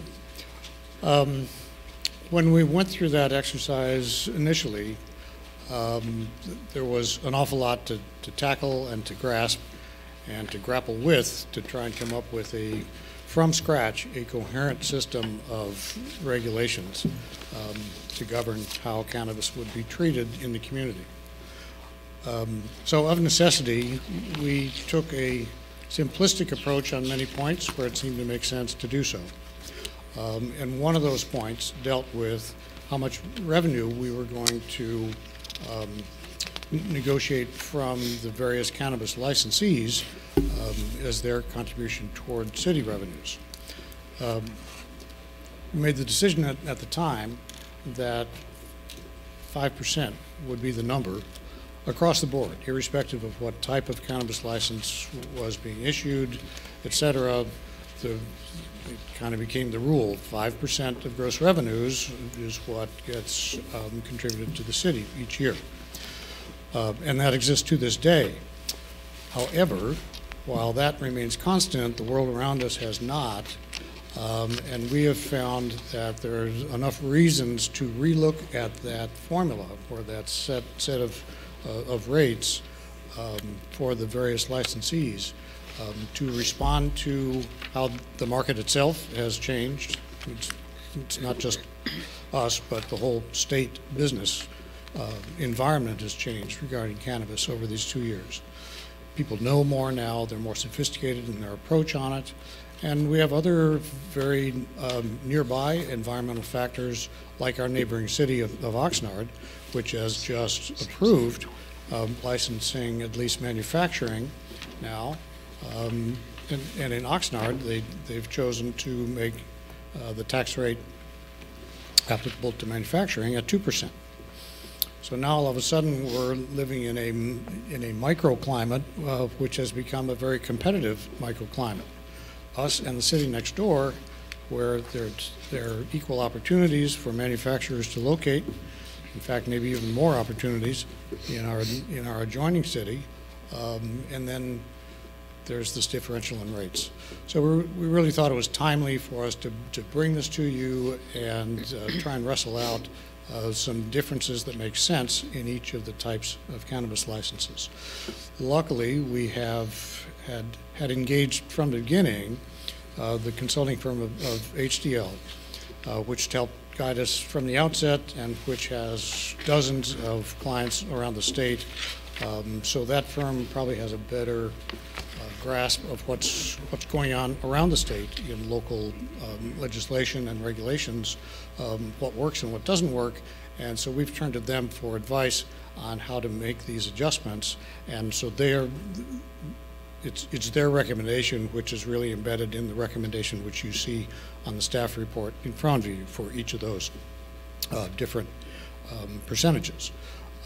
But better than that, we thought it would make sense for you to hear directly from HDL a little more explanation and, well, yes, explanation of what's behind each of these changes. So I would like to ask Mr. Tim Cromartie, who's a senior advisor with HDL, to come up, who can kind of walk us through why these changes make sense.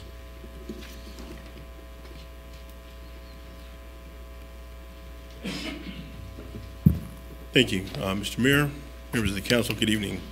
Tim Cromartie with HDL Companies. I want to share with you tonight conceptually some realities, as Mr. Kinney intimated, of some of the market trends and state cannabis policy issues that support the staff recommendation.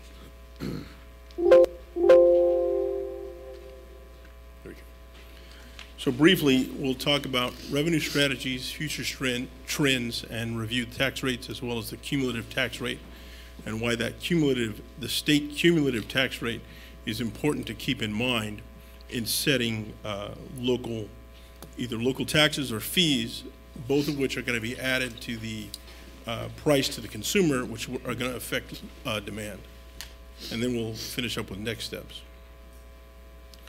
So in terms of revenue strategies, the city's current revenue strategy is based on attaching fees via development agreements to the process. Today, Port Hueneme benefits from the customer base of other cities where there's not much retail activity going on. That is likely to change within the next year or two. Neighboring cities may have retail online in some form by next year.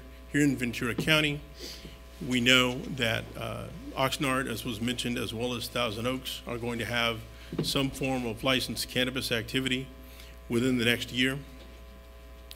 And for that reason, the projected tax rates are in line with the current staff recommendation. Long term, there may be a potential for a tax ordinance in lieu of a development agreement. So in terms of future trends, these are some things to think about as you weigh whether to adopt the staff recommendation. These are a listing of license types here in California. We have over 2,400 cultivation licenses issued. The number of retailers is relatively small, only 572. If you combine the non-storefront retailers, 255, that's a slightly different category, but it is retail. Essentially, a non-storefront retailer is a warehouse that makes deliveries. They have no walk-in traffic. Those numbers are relatively low because there's a high cost of entry and they are highly regulated. The cost of complying with all that regulation is relatively high. The same is true for distributors who are doing transport only. But this gives you a sense of just the global picture. Next, California's cannabis market. The total statewide cannabis production is, according to the California Department of Food and Ag, is 13.5 million pounds. The actual consumption is only 2.5 million pounds. And that speaks to the fact that we have issued far more cultivation licenses than local demand here in California accounts for. For that reason, the cultivation licenses in particular, that universe has been shrinking because a lot of the temporary licenses issued over the last year and a half, many of them have gone under and haven't converted to permanent long-term annual licenses. Essentially, it's market saturation. If there's far more supply than demand, you're going to have businesses failing.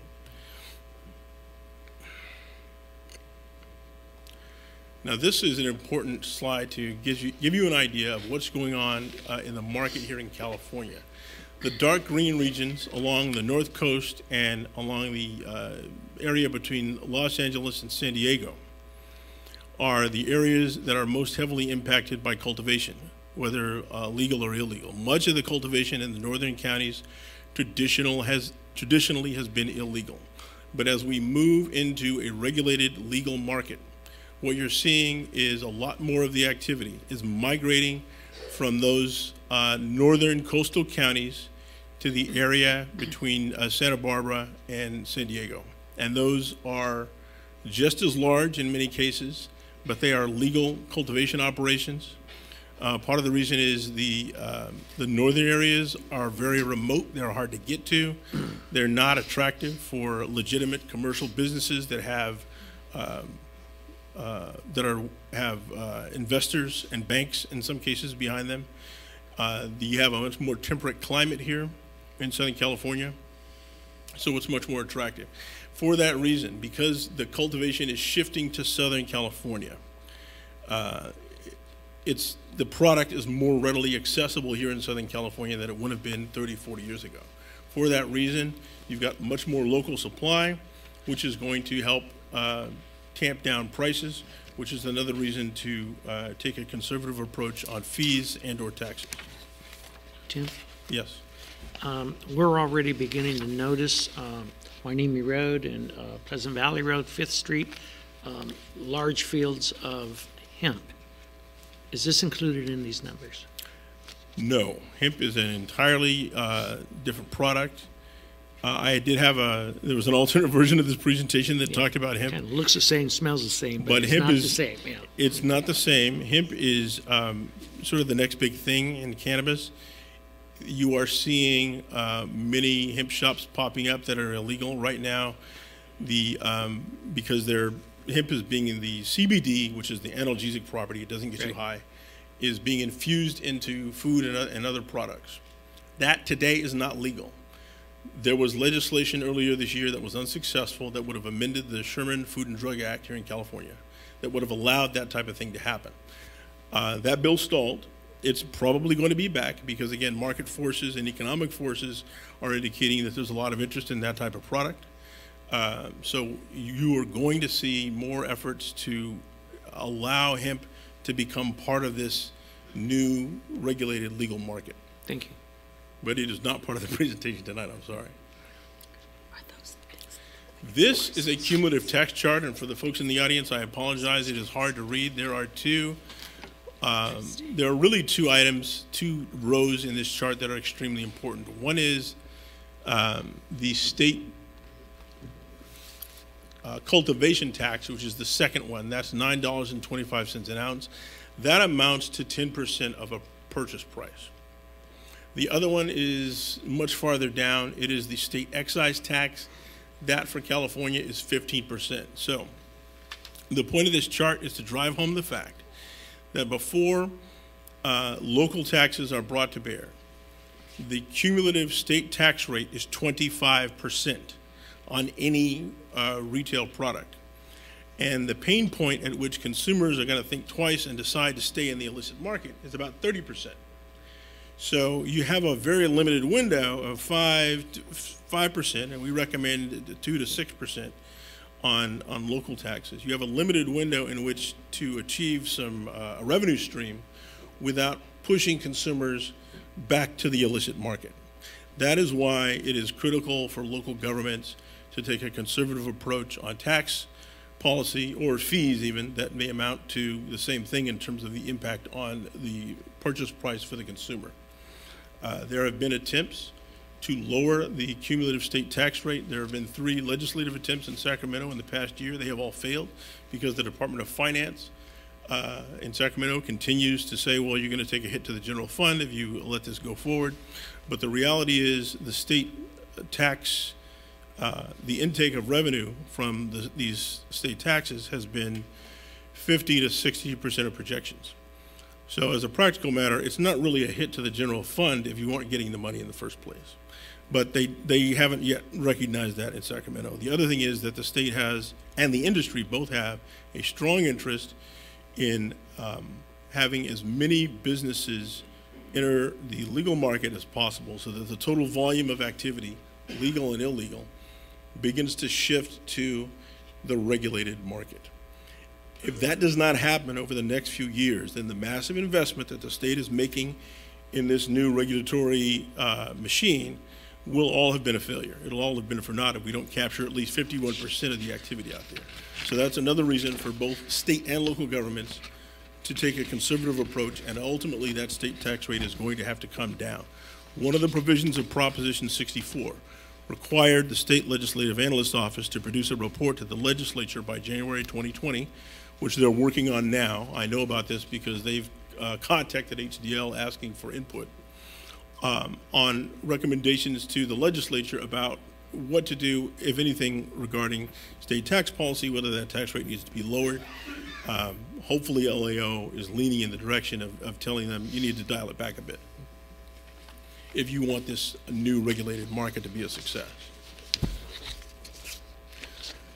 So in terms of next steps, you could obviously approve the staff recommendation tonight to the current cannabis revenue fees, then evaluate at the appropriate time, evaluate and monitor trends to the city's cannabis business operations, ask staff to provide an update with perhaps with HDL's help on state regulations related to delivery services, and ultimately perhaps consider the adoption, there's a typo there, adoption of a cannabis tax which would be on the November 3rd, 2020 ballot and take effect the following January.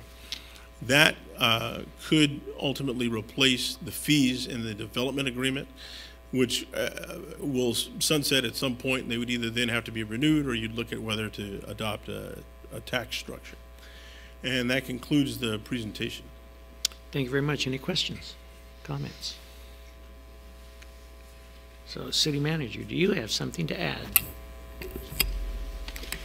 So, Mr. Kinney, are we actually asking for action on the rates at this point? I think the big change for us would be not related to our dispensaries, our retail dispensaries, but to our rate for cultivation, distribution, manufacturing. And I don't know if we're bringing that back as part of a separate recommendation or if we're prepared to actually ask the council to take action on that this evening. I think it's a request to adopt all of the new rates which are listed in the recommendation section of the staff report. So you'll see that the rate for retail for dispensaries is unchanged at 5%, and that's really all that we've been dealing with for these past 2 years is dispensaries. But as new types of licenses come along, we'd like to make the differentiation that these rates show, and manufacturing is that's sort of next up in the batter's box, and so it's important that we make that change from 5% down to 2%, and then these others have their own rationale as well, and it just seems to make sense to deal with everything at once. I'd like to make a motion to accept the recommended rates by staff. I have a motion. Can I get a second? Second. I've got a motion and a second. Just a vote. What kind of vote do we Roll want? call. Roll call? Yes. Let's do a roll call. Council members Gama, Yes. Rollins, Muñoz-Schnopp, Yes. Speak up, Rich. Mayor Pro-Tem Hernandez. Yes. Oh, Mayor Berg. I called you. Oh, I thought he was nodded at still me. responding over here, Rich. Member Muñoz-Schnopp. Yes. Mayor Pro-Tem Hernandez. Yes. Mayor Berg. And yes, thank you very much. Voted, please.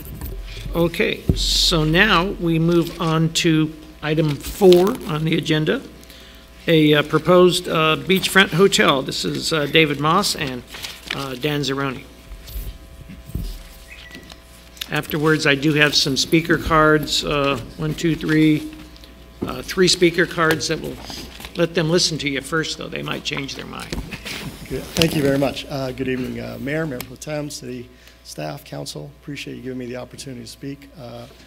My name is Dan Zeroni, and I am here to present on what I realize has been a historically controversial idea judging by the amount of people here tonight, it seems like it's still controversial, about doing some type of development at the beach. And in this case, we're looking, or at least presenting the idea of developing a hotel. I would like to point out, mostly to the community, as the council already knows, that this is not a formal proposal.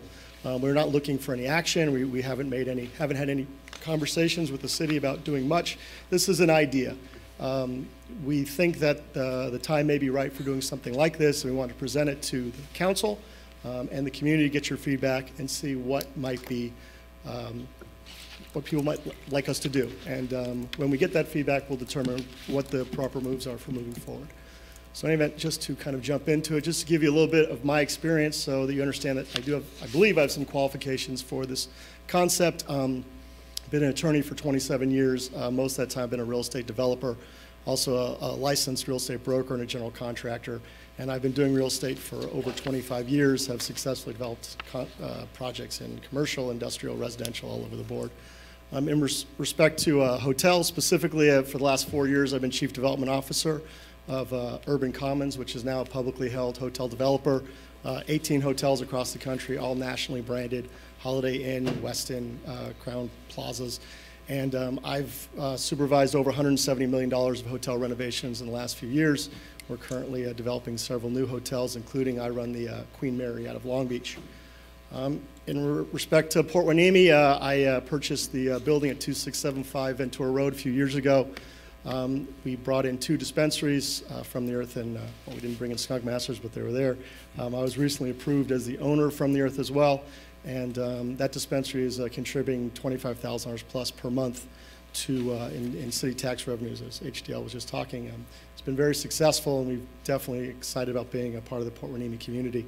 We're currently preparing the company actually for a public offering, so the company is going to grow quite substantially over the next few months, and we're excited about what we can do as a dispensary. Although I would also like to point out that although I'm involved with cannabis as a dispensary owner, this hotel is not a cannabis hotel. We are not proposing that there's any cannabis activities within the hotel. It would just simply be a hotel with standard rooms and amenities. So let's kind of jump into it. You'll see what we're proposing is at what's known as Parking Lot B at the corner of Surfside and Ocean View. The lines represent the various parcels that are owned by the city.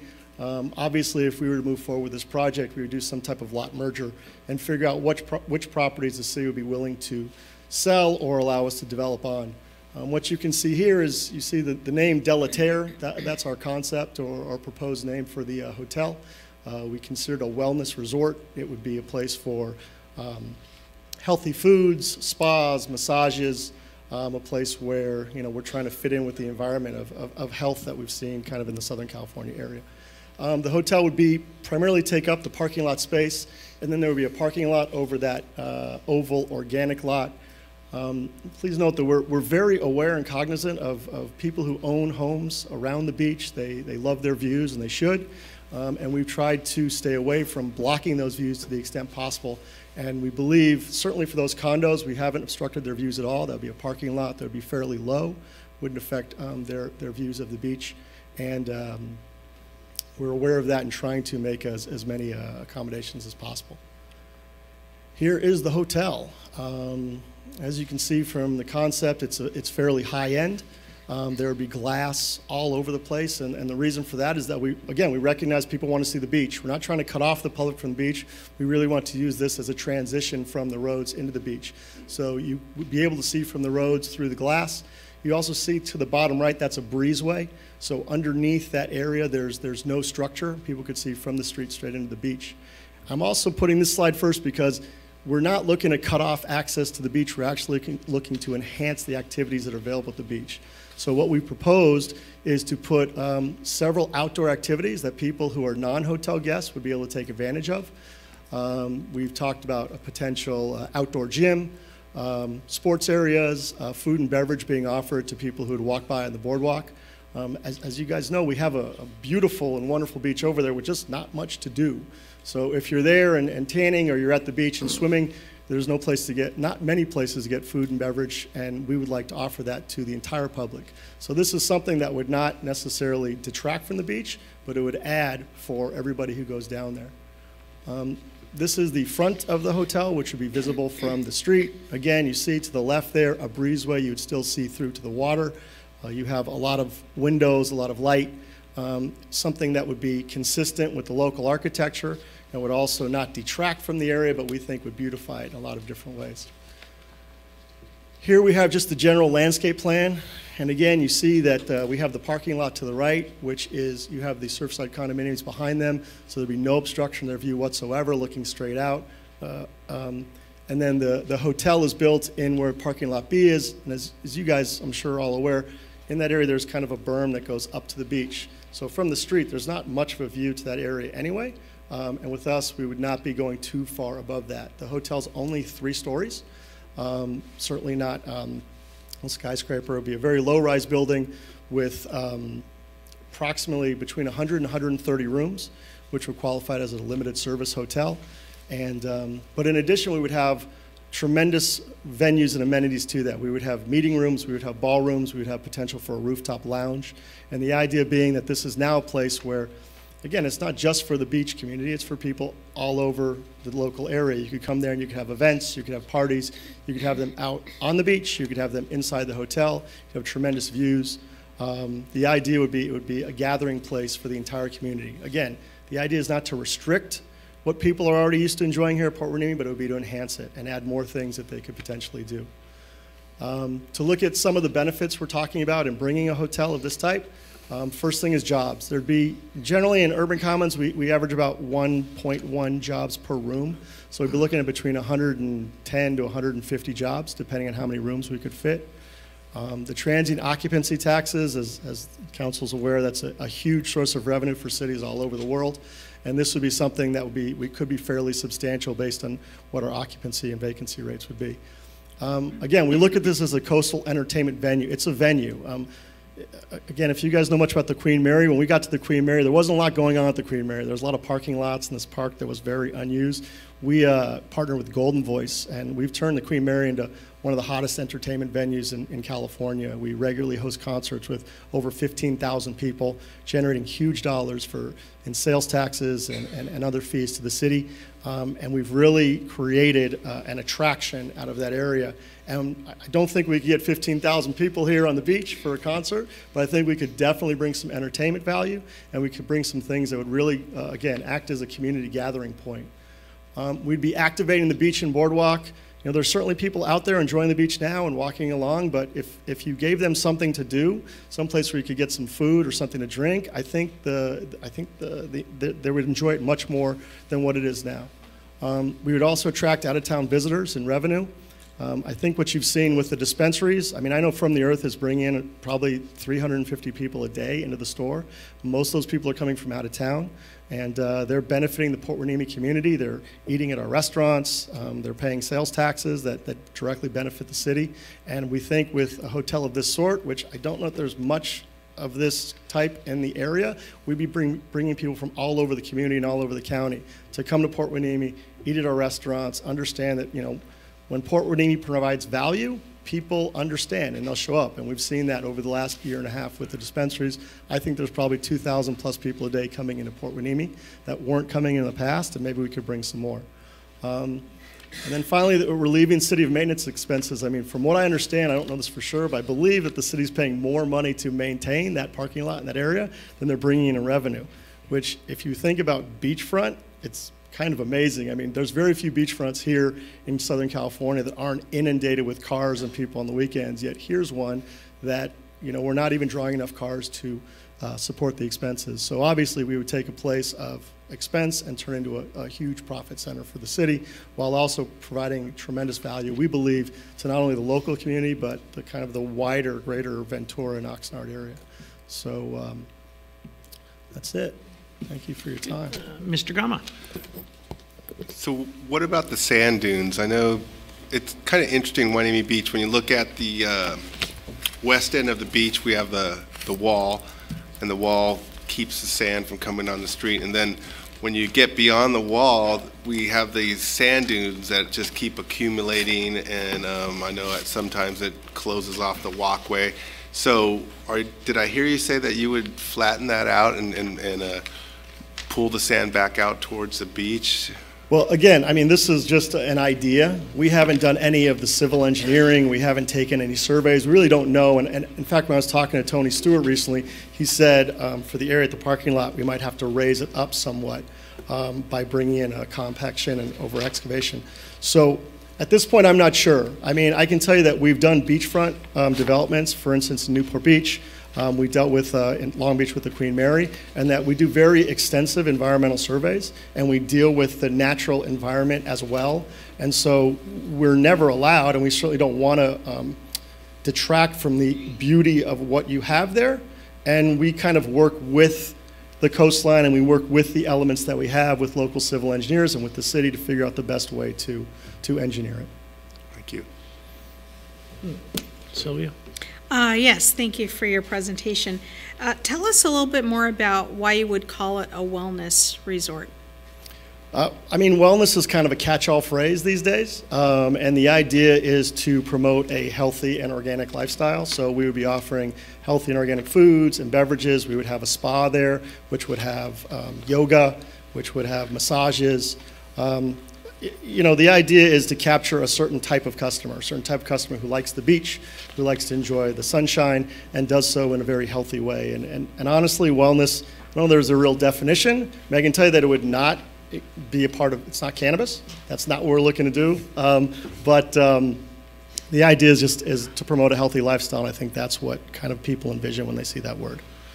Because when I heard that you were going to be presenting, all I could think of was the desert hot springs, and you know how they have certain hotels that cater to clientele that want to experience a hotel but with cannabis. So you would have, that would not be related, your cannabis business would not be related to this business. No, the proposed hotel is just a hotel. We're not proposing to use have any type of cannabis activity within the hotel. Okay. Any other questions, comments?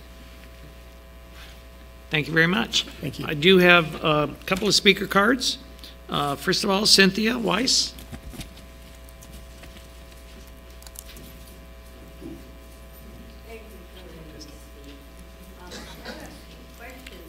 Got to speak loudly, Cynthia, right into that microphone. There we go. There, thank you. Sorry.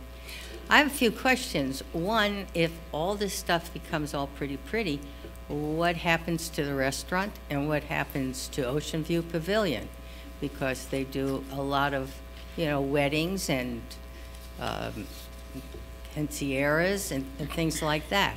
So that would be a competition. And that would be a big problem. Unless you buy them out and put the hotel there. But other than that, I'm sorry. One of the things is that we can't even keep sand on the beach. So I'm looking at this rendering here that shows the hotel almost to the water. But I look at the other thing and it doesn't show it to the water. But they're going to move people down the beach because they're going to, you know, put up all their places for them to, you know, to lay out in the sun, etc. So they're going to push people down to the end of the beach, and that's where we lose all the sand. So how do we keep the sand on the beach to accomplish this? I don't see it being able to do it like we did it when I first came here every 2 years, like boom, okay? But there's a lot of problems going on with the water and the, you know, and the high tides and everything. Excuse me. So I think you're losing sand faster. So I'd be really curious to know how you're going to protect this and then put a hotel on the beach. And the other thing that I'm interested in is if what's going on in the cannabis industry starts to dissipate because of all the other places coming in, you're still going to get 350 people coming here? Are they going to go to Thousand Oaks or Oxnard? And so how do you guarantee those people are going to still be coming? And that's just part of the stuff, and I'm not going to do any more because I ad nauseum to all of this. But I don't approve it's a beautiful place and it would look really pretty. But I think there's a lot more problems before anything like that can be handled. And that includes just taking care of the city per se. So thank you. Thank you very much. It looks like Diane, is it Hildebrandt? What is it? Say it again. Hottendorf. Hassedorf. Hottendorf. Hottendorf. Dr. Hottendorf. I own at Surfside 3. I know on the other side of the pier, they were trying to do a hotel. That was defeated. I recommend that you defeat this if you're looking for economic profit. The pavilion was put in to have theater, to have presentation. My PhD is from SC and dance. That really didn't happen. I'm glad it has some usage. I know that lovely fish and chips place, the Surfside Fish and Chips. They fight to maintain their business. I support it. I recommend everybody support it. But Fisherman's Wharf in Oxnard has struggled trying to survive. There are hotels over there in that beautiful harbor that are not making it, that used to exist, that don't anymore. Just because you build it doesn't mean they'll come. And we've had problems with sand, we've had problems with water coming all the way up, and you've built that wonderful wall that is protected units. I really highly recommend that you do not do this. Oxnard has not really done well with all theirs. Thank you for allowing me to speak. Thank you. And Lenny Van.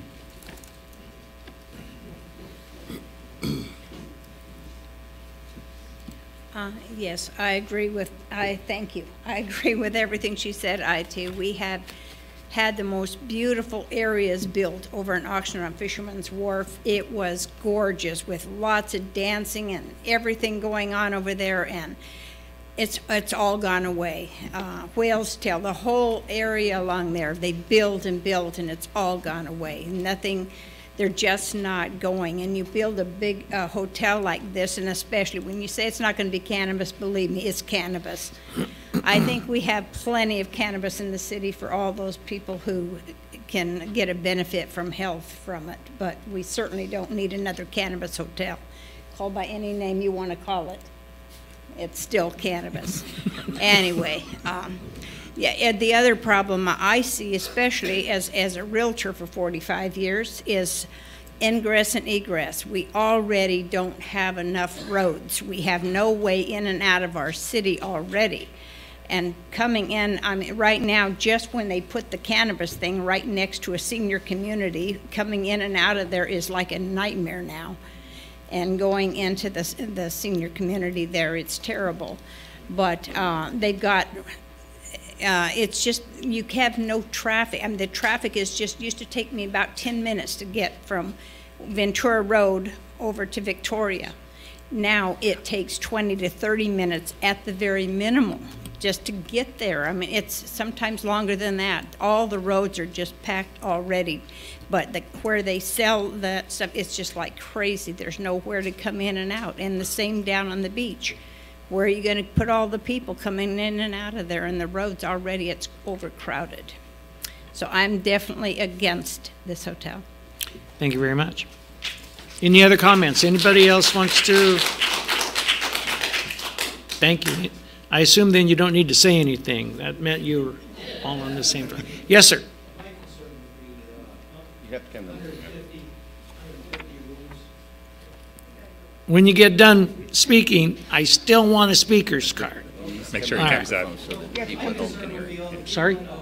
Oh, yeah, people can't necessarily hear you. I've got a microphone.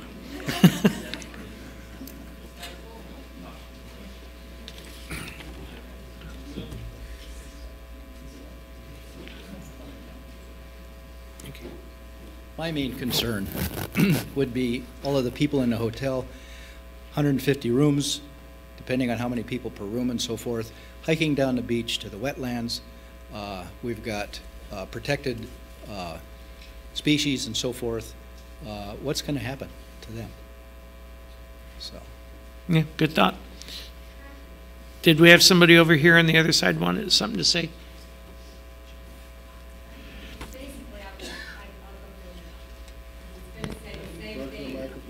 You know, again, no microphone. Come on over. Everybody has to go to the podium. Just so people understand, it's as much for the people at home that are trying to watch as it is for the audience. Yeah, we're being filmed. So you're on camera. We're not being nitpicking about it. We're just trying to make sure they can hear too. I'm new in the community. I'm not even sure that my residence that I own is within your city limits. So I maybe shouldn't even stand up here and say a word.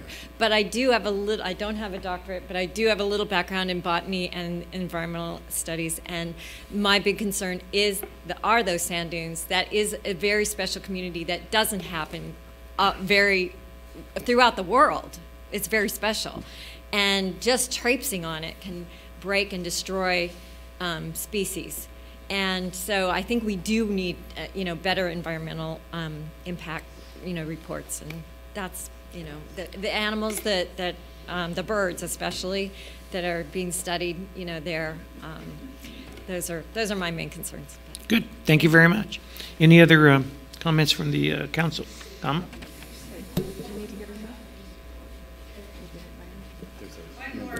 Oh, did we have another person? Oh, come on up. Well, you're coming up. I would just like to say that,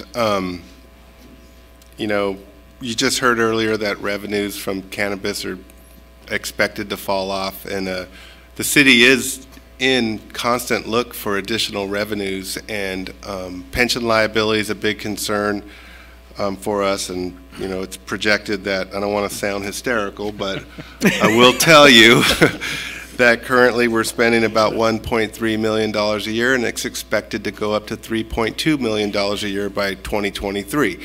So, in addition to telling us what you're not in favor of us, please help us try and find a way to gain additional revenue, because honestly, that's going to be an issue for us down the road. Good. Thank you for coming up. Yes, hello. I'm Dr. Sarah Rink, and I live at Surfside 3. Can't hear you. Got to talk. I'm Dr. Sarah Rink, and I live at Surfside 3. I've been there for 7 years. I am, of course, very concerned about everyone receiving their pension. And I understand that the city needs to generate revenue. I'm very concerned about environmental impact and about traffic in the area. There's a great deal of traffic currently along Surfside Drive. I know we don't have the police presence to monitor the traffic there. There's a lot of squealing, there's a lot of crime, there's a lot of issues in that particular stretch of the highway along the front of along the beachfront. I'm not sure that adding a hotel that will add a great number of people to that area that will cause a lot of traffic clogging will really add to our quality of life in Port Hueneme. Perhaps we need to look for other venues or other areas to generate revenue that will not have such an impact.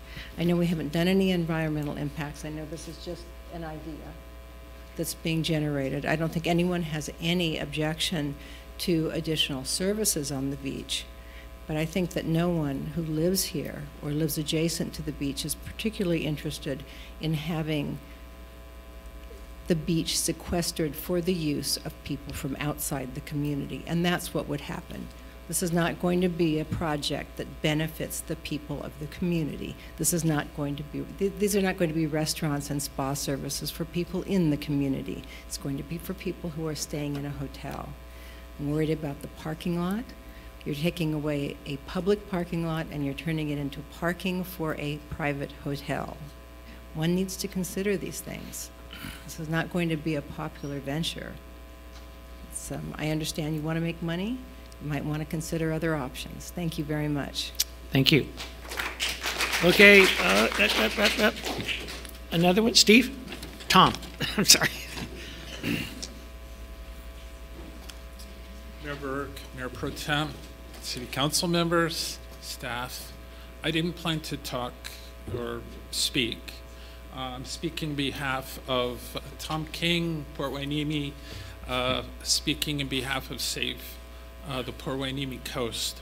Our organization would have zero tolerance regarding this presentation that was made. We recognize and respect the fact that it should be made, but you speak of the unfunded pension obligation that's coming. That should be doubling, I would think, a problem that every city in the United States is having. I'm very familiar with this issue based on what I do for a living. But I do recall that the city had a budget prior to everybody serving on here. There is money that comes in and expected to grow from the port. There's money that is fortunately coming in from the cannabis, I'll say companies that are providing a new source of revenue for us. And what I find very difficult to at this moment address is that a lot of us worked very hard on the passage of Measure U, the 1 cent sales tax, to generate quite a bit of money per year.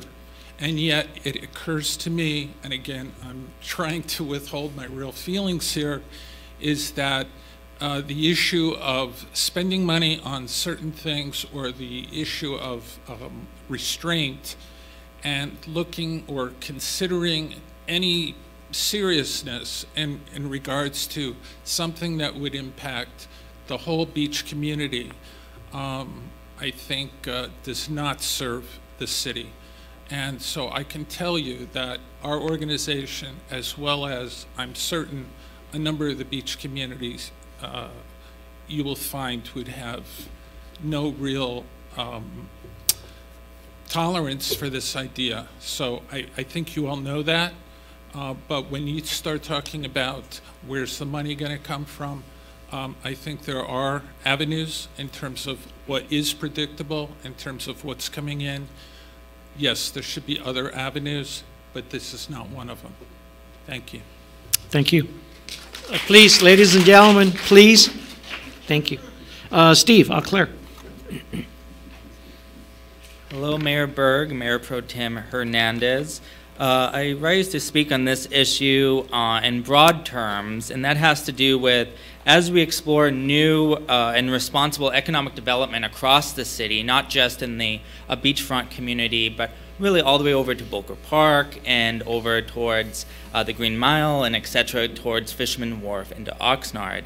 I really want to encourage you all to really think about something I haven't heard very much about up here, and that is, as of late in the City Council, and that's inclusion, equity, particularly around universal design, so not looking at just the Americans with Disability Act when you're looking at a project, but universal design.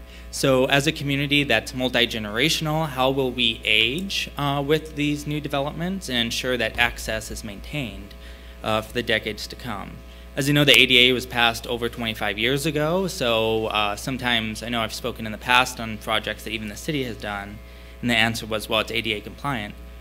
Well, you know, great, we made progress 25 years ago. It was passed even before I was alive. So going for the next 25 years, how will these developments support a community that can age in place, that provides housing options, et cetera, for a community that's aging in place? So that's what I want to speak to. I also did want to mention on a side, and related to this topic, that, for example, the use of the mic is also an ADA compliance situation. People who are hard of hearing that rely on that at home, it's really to their benefit to use that. And that's another reason to keep the applause and whatnot minimized. It's to really ensure accessibility and, again, inclusion in all of our policies here in Port Hueneme as we have a population that ages in place and is dynamic both ethnically and age. So I'm happy to answer any questions, but that's what I have to add. Again, universal design is the way to go in our economic development. Thank you. Thank you very much. Okay. Thank you very much for no applause. Any other questions or comments by the council?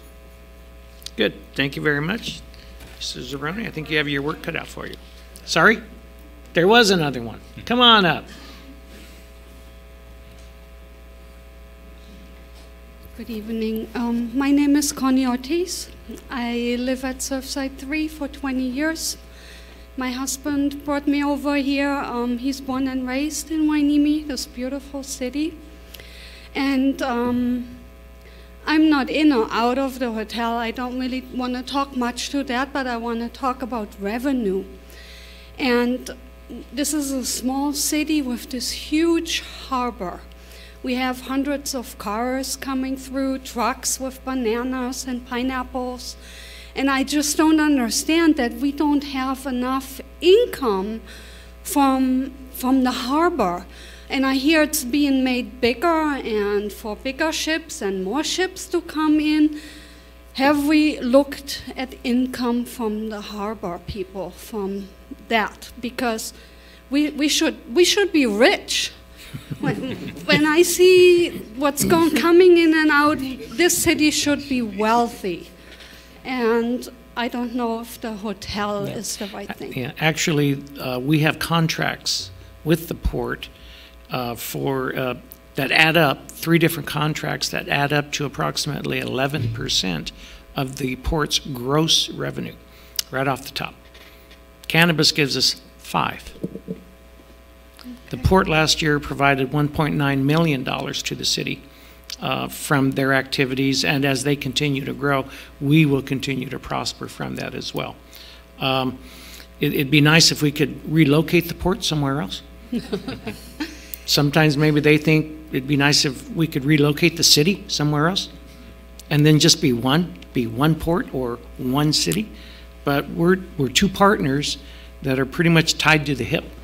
And right now, we work pretty closely together. And you know, like I said, they're the #1 provider for the general fund. I think cannabis people are going to probably overtake them next year as business continues. When the cannabis market corrects itself again, maybe, that revenue may drop some. People quit eating bananas or buying new cars. That might drop too. But again, the cannabis people ultimately could theoretically move away tomorrow. The port can't go anywhere. We maintain that partnership with them. So they do help, and that partnership helps too.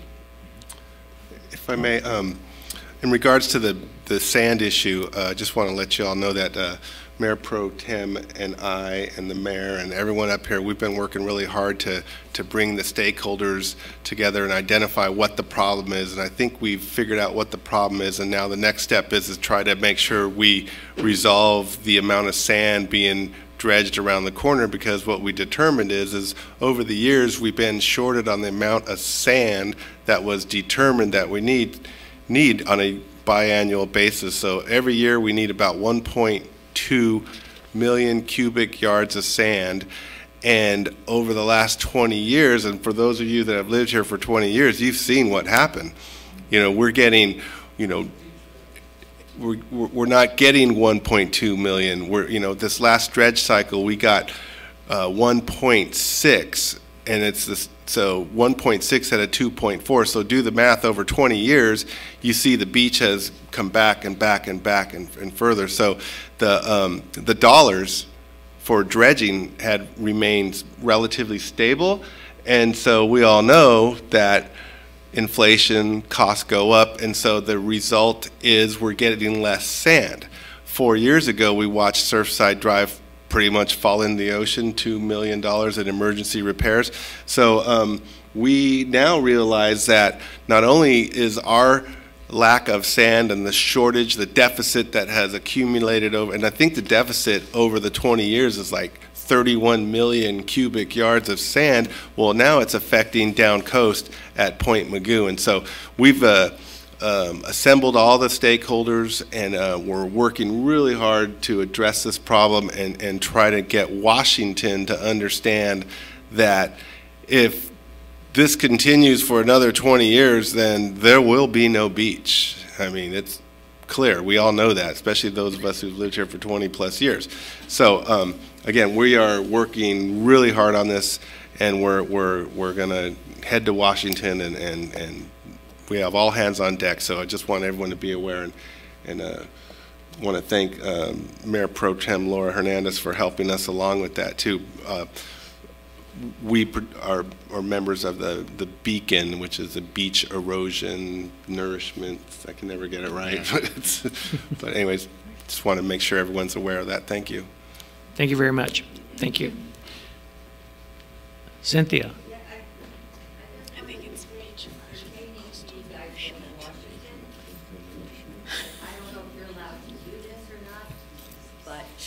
Can you take signatures with you from all the people here? Signatures. Probably. And Yeah, go to I'm Washington not sure why not. with them? I mean, is there some way you guys can put a petition together? We could all just come on in and sign up. Yeah, not sure why not. Good idea. Thank you. Thank you. Who's taking notes here? Okay, that concludes that. Now we are moving on to our consent calendar. I do have a speaker's card for item number 10 on the consent calendar. So would it perhaps be advisable to remove that from consent and take care of everything else? Then we'll come back to item 10? That works. That work for everybody? Do we need a motion for that? No, you can move the. Move it. Okay, so it's my turn now. I get to read all the titles and the items on the consent calendar prior to the motion. So this is good stuff. Don't go away yet. I'm sorry. Okay, item number 5 is they're asking us to approve the minutes of the City Council regular meeting of September 3rd, 2019. Item number 6 is to ratify and approve the finance cash disbursements, pay the bills. Item number 7 is a recommendation to award a sole source contract to All City Management Services for crossing guard services. Item number 8 is a recommendation to award a contract for citywide street sweeping services and to authorize expenditures of $119,427.84 for fiscal year 2019 and 20. That is this one now, plus a contract contingency not to exceed $17,914.05. That's a 15% cushion there for special events and unforeseen conditions for a total of fiscal year 2019-2020 not to exceed an amount of $137,341.89, and to authorize an increase to the contract each fiscal year not to exceed the annual Consumer Price Index, CPI, for all urban consumers in the Los Angeles, Riverside, and Orange counties. Item number 9, authorization to execute a professional services agreement with Milner Villa Engineers and for additional engineering and temporary staffing services. And then finally, item 11, skipping number 10, approval of amendment number 1 to the existing city manager's employment agreement. Can I get a motion, please? So move the consent agenda without item number 10. Second. Got a motion and a second. All in favor say aye. Aye. Okay, thank you very much. We pass unanimously. Where'd everybody go? I had my head down. I was reading. Okay. Now, let's go back to item number 10, which is authorization to purchase, Chief Salinas, public safety equipment, sole source purchase of solar-powered message board trailer with license plate readers. Can you tell us what this is about?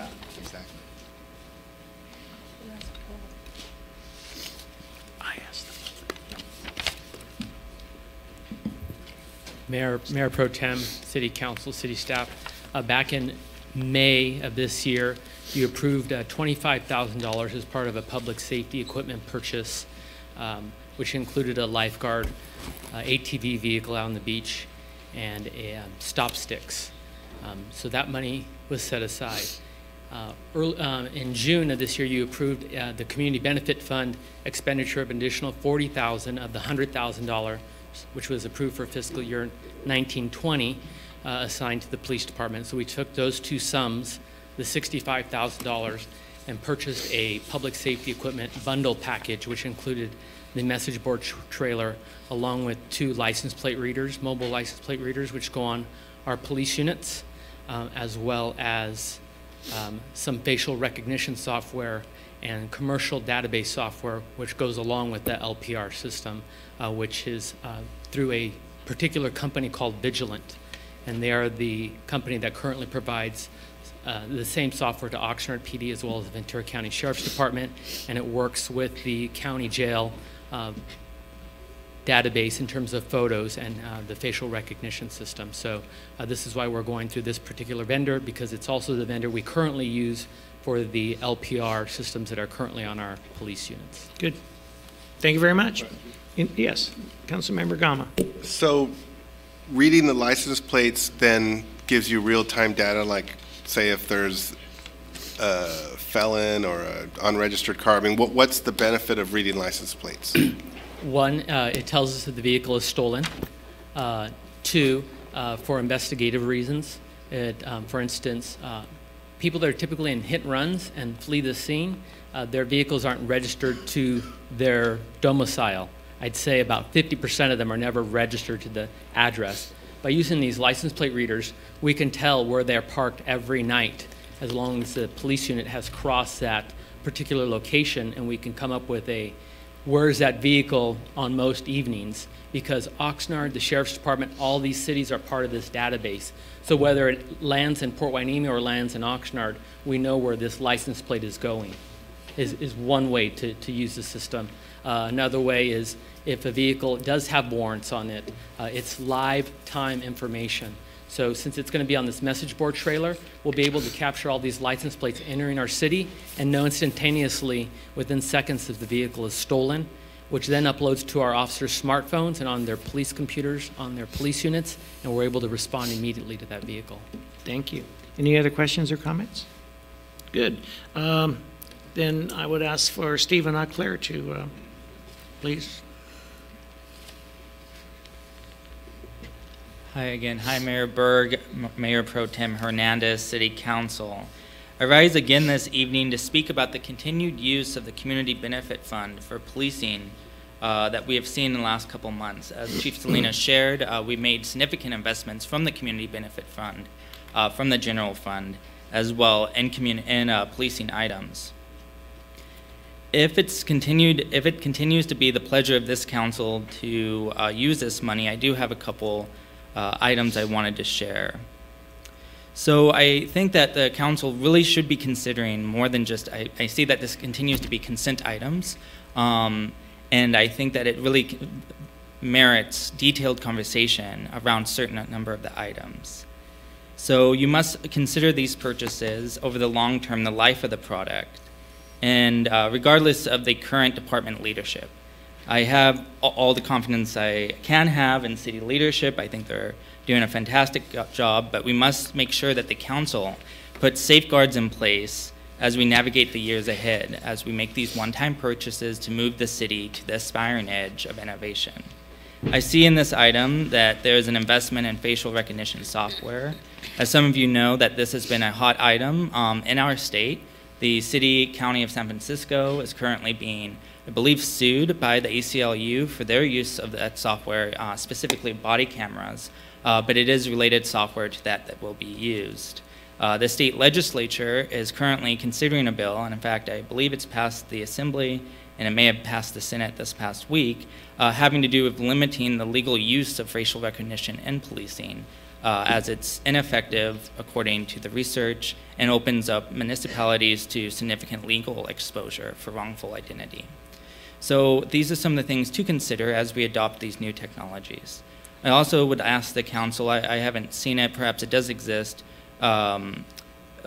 resolutions surrounding privacy of citizens, now since we are expanding community safety surveillance, both at the beach, we're doing the surveillance within the cannabis dispensaries, now we're continuing the license plate streaming, and again, facial recognition. I think it's important for our community, for the council to address how will this information be protected, how will it be used regarding public information requests. Is it eligible for that? I've heard a assistant city attorney make a comment related to that, but I can't find a policy that speaks specifically to how is that information safeguarded and how is it provided to the public. So finally, I would like to ask the council that if it's its pleasure to continue to use the Community Benefit Fund for policing, that it also considers investing in police initiatives that have shown great evidence of effectiveness both within our community and the region. Those include socially responsible uses of body cameras. I think we really have a wonderful opportunity in our city to incorporate that relatively easily and continue the progress our police department's making in the areas of innovation and really catch up with our neighbors. I think because of the recession and our ability of spending out of the reserves, we've kind of fallen behind in a lot of areas when it comes to our neighbors. And as you see, we're making wonderful strategic investments to move us back up to the aspiring edge. And one of those would be, again, the responsible use of police cameras, which would both limit the city's liability and also benefit both sides of the transactions, as you've seen recently in Oxnard with that police-involved shooting. My last point would be that the city consider using the Community Benefit Fund money or other fund monies to support other initiatives that the police department's undertaking, specifically around, for example, the Ring doorbell system. I think that's a very useful use of technology, and the community's hardest hit by crime. The city could really be doing a lot, doing block grant funding to provide and help offset the cost of those cameras. I know we've done a lot around raffling those off at certain city events, but I think really helping. I live very close to VMR and other communities, of course, around Bolker, some areas where my family has lived, would really like those cameras but couldn't afford them. So looking at that as well. Again, imagine what another $80,000 could be used for within community policing. And again, thank you so much for your work. Thank you to the police department for helping to move this city back to where we should be. I always like to use the analogy of, we have the cruise ship and the jet ski. I think in Port Hueneme, we really have remarkably positioned to be a jet ski among our neighbors as far as trying really innovative things, making strategic investments that will pay off for generations to come. Thank you. Thank you. Any last comments? Can I get a motion? I'll make the motion to approve. Thank you. I got a motion and a second. All in favor say aye. Aye. Aye. Okay, so now we move on to item number 13.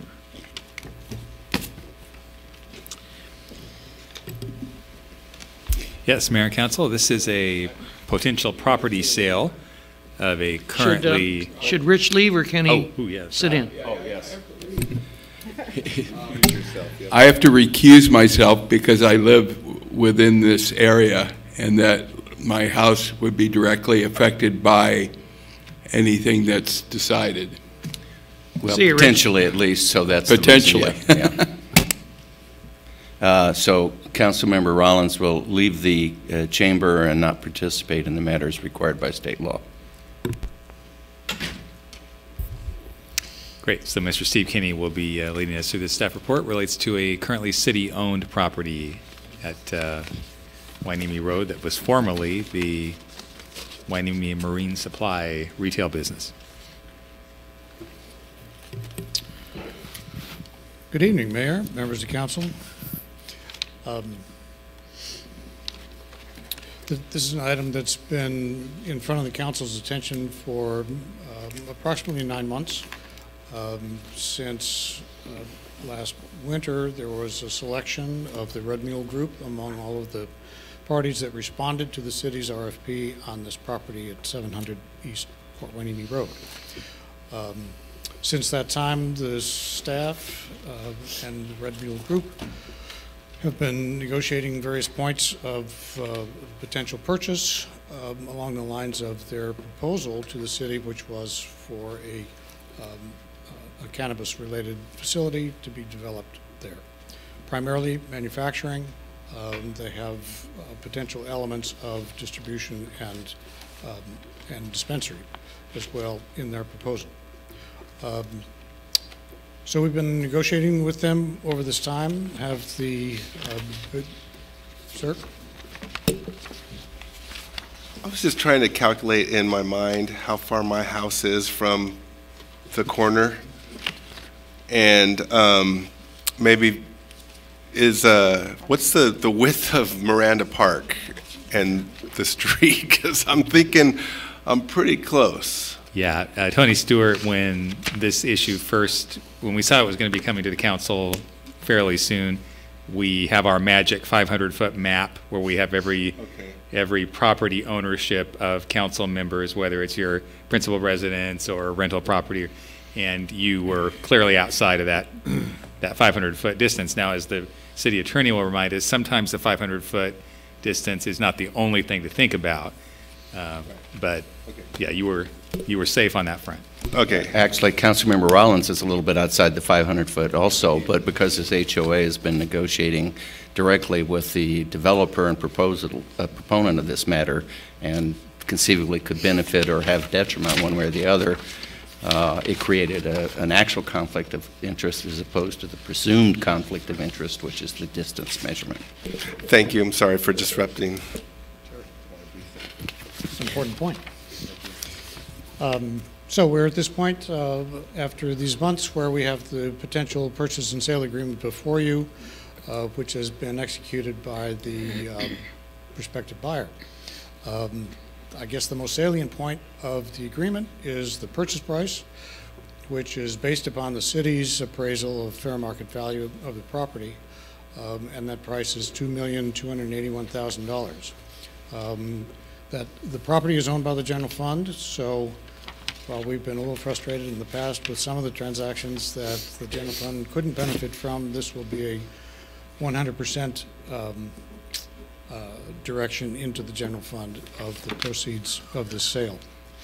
I think the other most important point for the audience, if there is an audience watching from home, is the process that we're going through.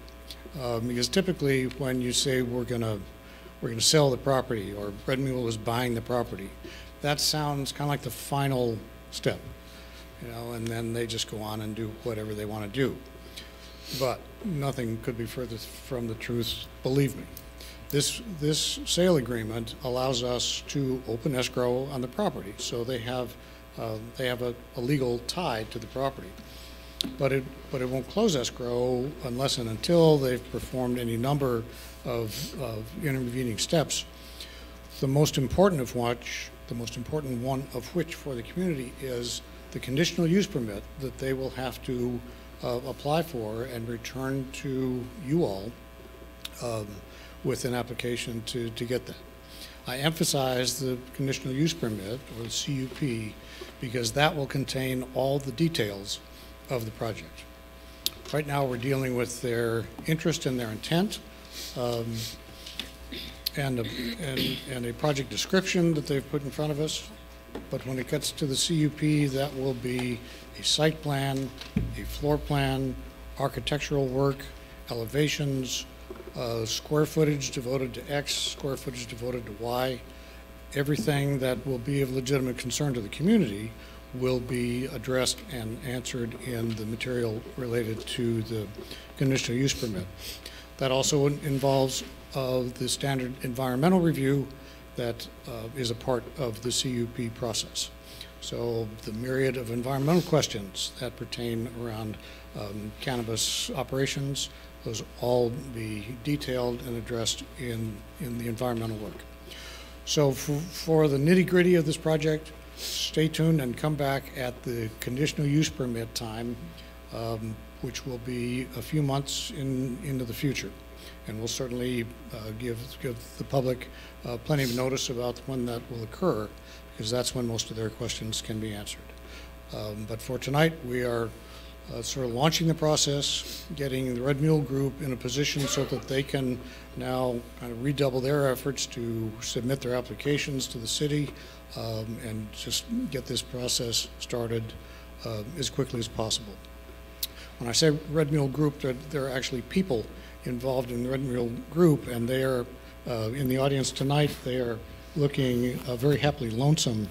They're Christopher Derry and Yesenia Esparza. They are the Red Mule Group, and they are who we have been dealing with heretofore and will continue. So they would certainly be willing to answer any of your questions. but that is the presentation to you and our recommendation that you approve the purchase and sale agreement. Okay, before I open this for comments and questions, do we have any ex parte communications to reveal? Yes, I met with Christopher and his wife this weekend. We discussed the generalities of the project while picking up trash and pulling weeds along Hueneme Beach. And I will tell you that they worked very hard. Laura? Yes. I also met with the Red Mule Group and spoke generally about this project. And I, too, generally met with the group. We had coffee at Channel Islands Harbor. I paid for my own, thank you very much. And we discussed the generalities of this agreement and the history. I mean, I was here for the history, and I've been a part of this all along, but this is just general information. And I did not meet with the Red Mule Group, just for the record. And I'm Sylvia Schnopp. Now that we Any comments or questions? Yes, now that we got that out of the way, first of all, I've been known to be impatient, and I am very impatient on this, as you know, because the city is in need of additional revenue, and it's frustrating to see 9 months go by and then to be told that, oh, well, the escrow could go as long as a year. And we know that there's a number of things that need to be done to that building to make it ready. And we talked about this back in closed session, so I just want to make sure that we get it out in the public, is that, what can the city do to move this? Check with the attorney. He can just pose the question, but we can't discuss anything we said. You can pose this question in public. We just don't want to relate it to anything that was discussed in closed session.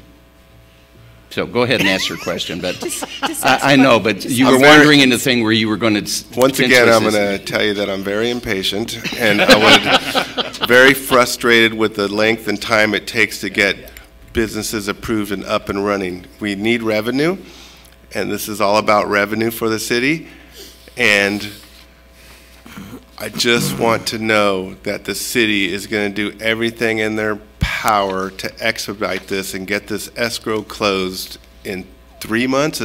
Could that possibly happen? Am I being way too optimistic? What is the best case scenario? What can we do to move this project along and start generating revenue that the city desperately needs? Okay, Councilmember Gama is in a hurry. So is Mayor Berg. I'd like to see this move along as quickly as possible to whatever the city can do to expedite this process is a good idea. Any other comments? Yes, yeah. Sylvia. So I was one of the original 5 that took a look at various options that we had, and it all boiled down to, who had really a great proposal on paper at that time. And I believe Red Mule Group was one of 5 that we considered at that point. It was a previous city council, so only the mayor and I were part of that original 5 that took a look at this. So really, when the new council was seated in December and they took a look at it in January, they were fresh and new and and looking at this possibly as how did we get to this point. But I do know that it looked really good on paper. I too am concerned that it's taken so long because maybe it shouldn't have. But I do know that on paper it was fabulous. And so if you stick to your guns and do what the paper said and what the proposal said, then it would really benefit the community. I think you guys had a wonderful idea.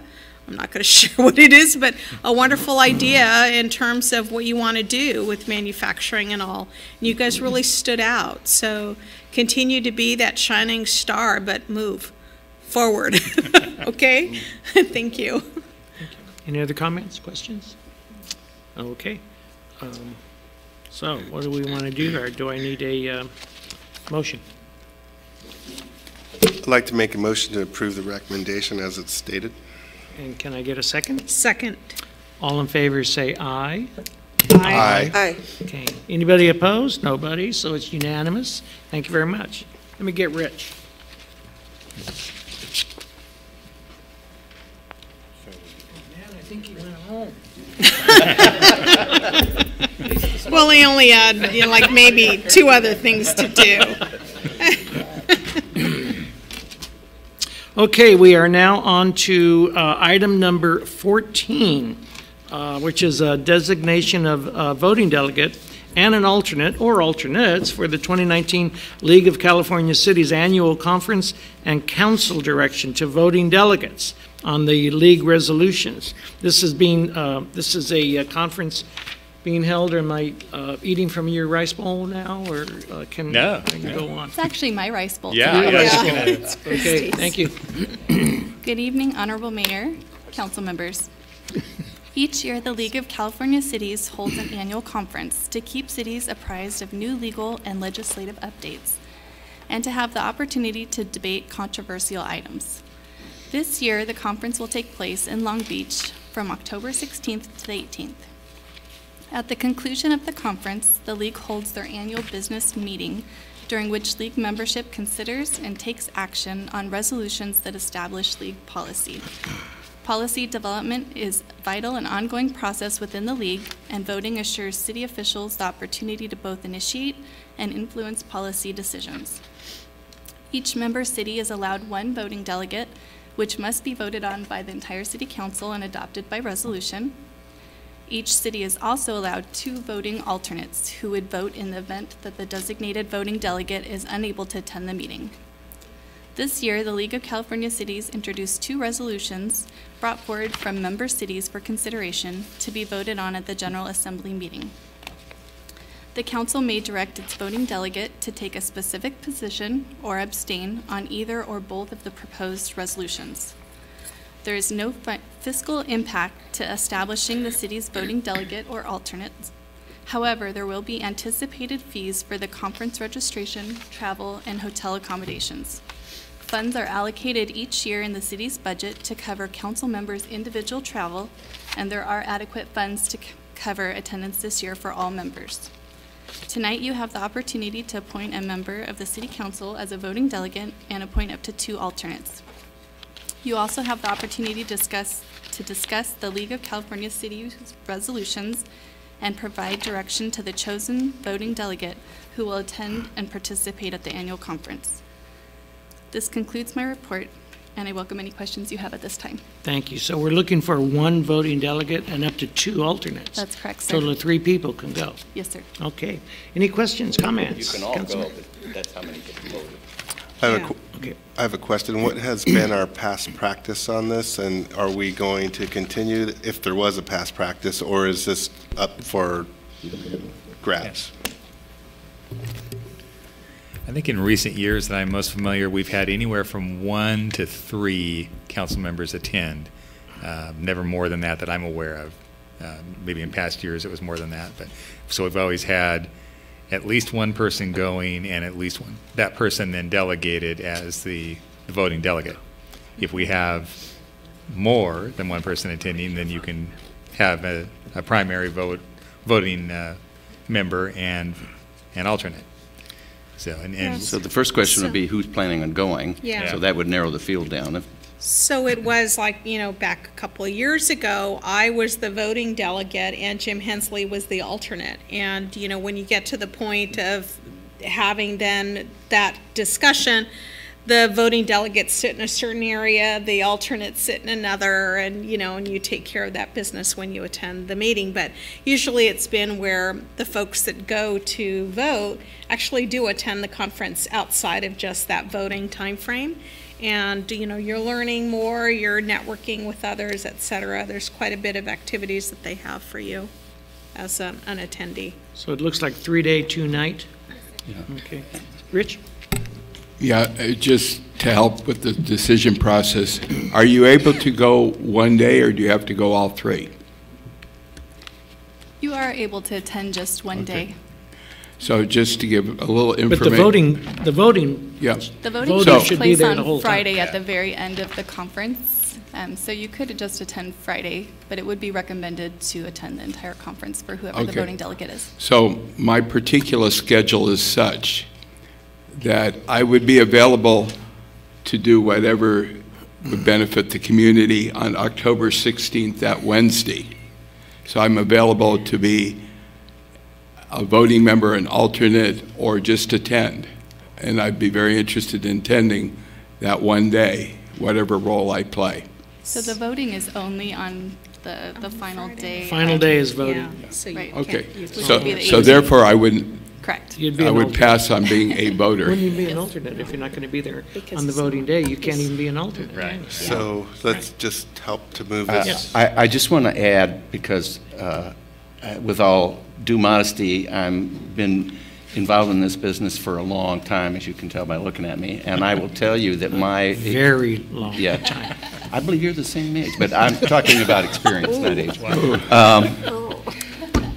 My experience has been that council members benefit greatly from going to the league meetings, because the things that they instruct, and they have a whole separate thing for city attorneys and city engineers and so on and so forth.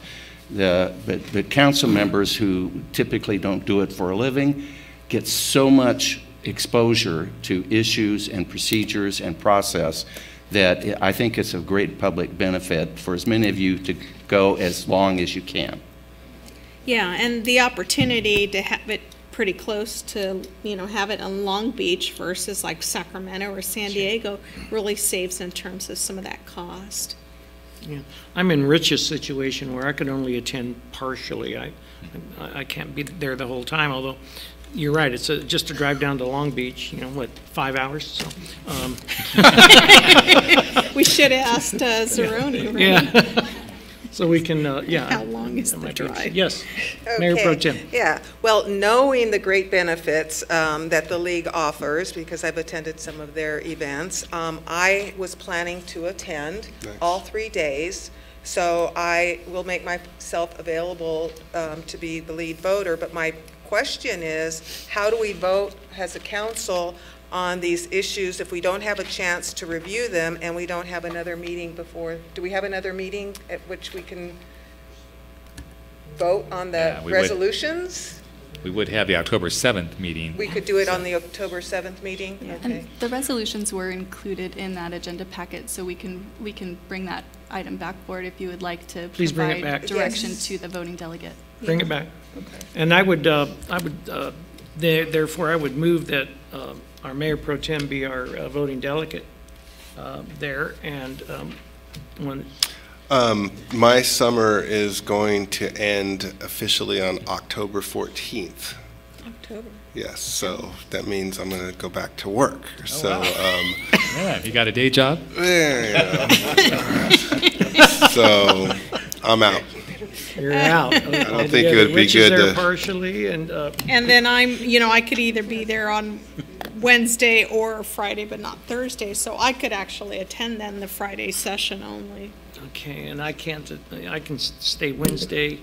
I can't stay, I gotta drive Thursday morning, come on back here for a meeting at noon. Then I'm free again, I can maybe go back, but we'll see. So I'd like to... Rich. So just to reiterate, if I was able to just go on Wednesday, that's acceptable. You could still attend the conference, but it would be recommended to have Mayor Pro Tem Hernandez as the voting delegate. Oh, and absolutely. possibly Mayor Berg And the rest of us attend Councilmember as Muñoz-Schnopp as the alternates. And the alternate. I could be an alternate, you could be an alternate, we can have 2 alternates on that Friday. Correct. Oh, you said you could be there Friday. Oh, okay. And the I thought you alternate- said you'd leave I Thursday. can be You'd there. have to drive. Actually, yeah, I could get back for Thursday night, spend the night Can- and then Friday morning be there. Can I then make a motion that we have Mayor Pro Tem alternate be our voting delegate? Yes. And that our alternate would be Councilman Schnopp and Councilman Berg as needed. Sounds good. Okay, can we have a vote? All in favor, say aye. Aye. Aye. Okay, anybody opposed? It's unanimous. Okay, now I need to read the resolution, is that correct? The title of the resolution, not all of it, which is, what we've agreed to is a resolution of the City Council of the City of Port Hueneme, California, designating a delegate and alternates for the 2019 League of California Cities Annual Conference. That's just what we've accomplished. So thank you very much. Now we move on to item 15. No, we don't? Council members' reports. Yeah, I said move on to council reports. I was getting there. But I noticed Bert's sitting there. You want to say hi or anything, Bert, or you just watching? You've heard stories, huh? Okay, council member reports. I'll start off. I had the pleasure of sitting in for Councilmember Schnopp at the VCOG meeting. She wasn't able, excuse me, to attend that. We had a very good report by the county CEO, and it was very informative, and it was just overall a very good meeting. Also at RDP 21, the Regional Defense Partnership for the 21st Century, we had a meeting last week, and the presentation was by Beacon member Brian Brennan, and also our own very own Steve Gama, who presented on the beach issues for Hueneme Beach. And ultimately, and it clarified one thing, is we'd always been complaining about not getting enough funding. We needed more funding, and that they kept cutting our funding there because we weren't getting as much sand. We assumed that it was based upon funding, and it wasn't. It's based upon the contract agreement with the federal government is for a specific amount of sand. And that's what they've been cutting us on. Even if it costs more, it doesn't matter. It doesn't refer to cost in the agreement. It only refers to the amount of sand that the federal government guaranteed that the Hueneme Beach would get every other year. So we are now going to go after, with a new point of view, a new way to go back to Washington, D.C. come springtime to talk to our representatives in Congress and in the Senate to see what we can do about getting more sand. We don't care how much it costs. Thank you. Who's next? Rich, how about you?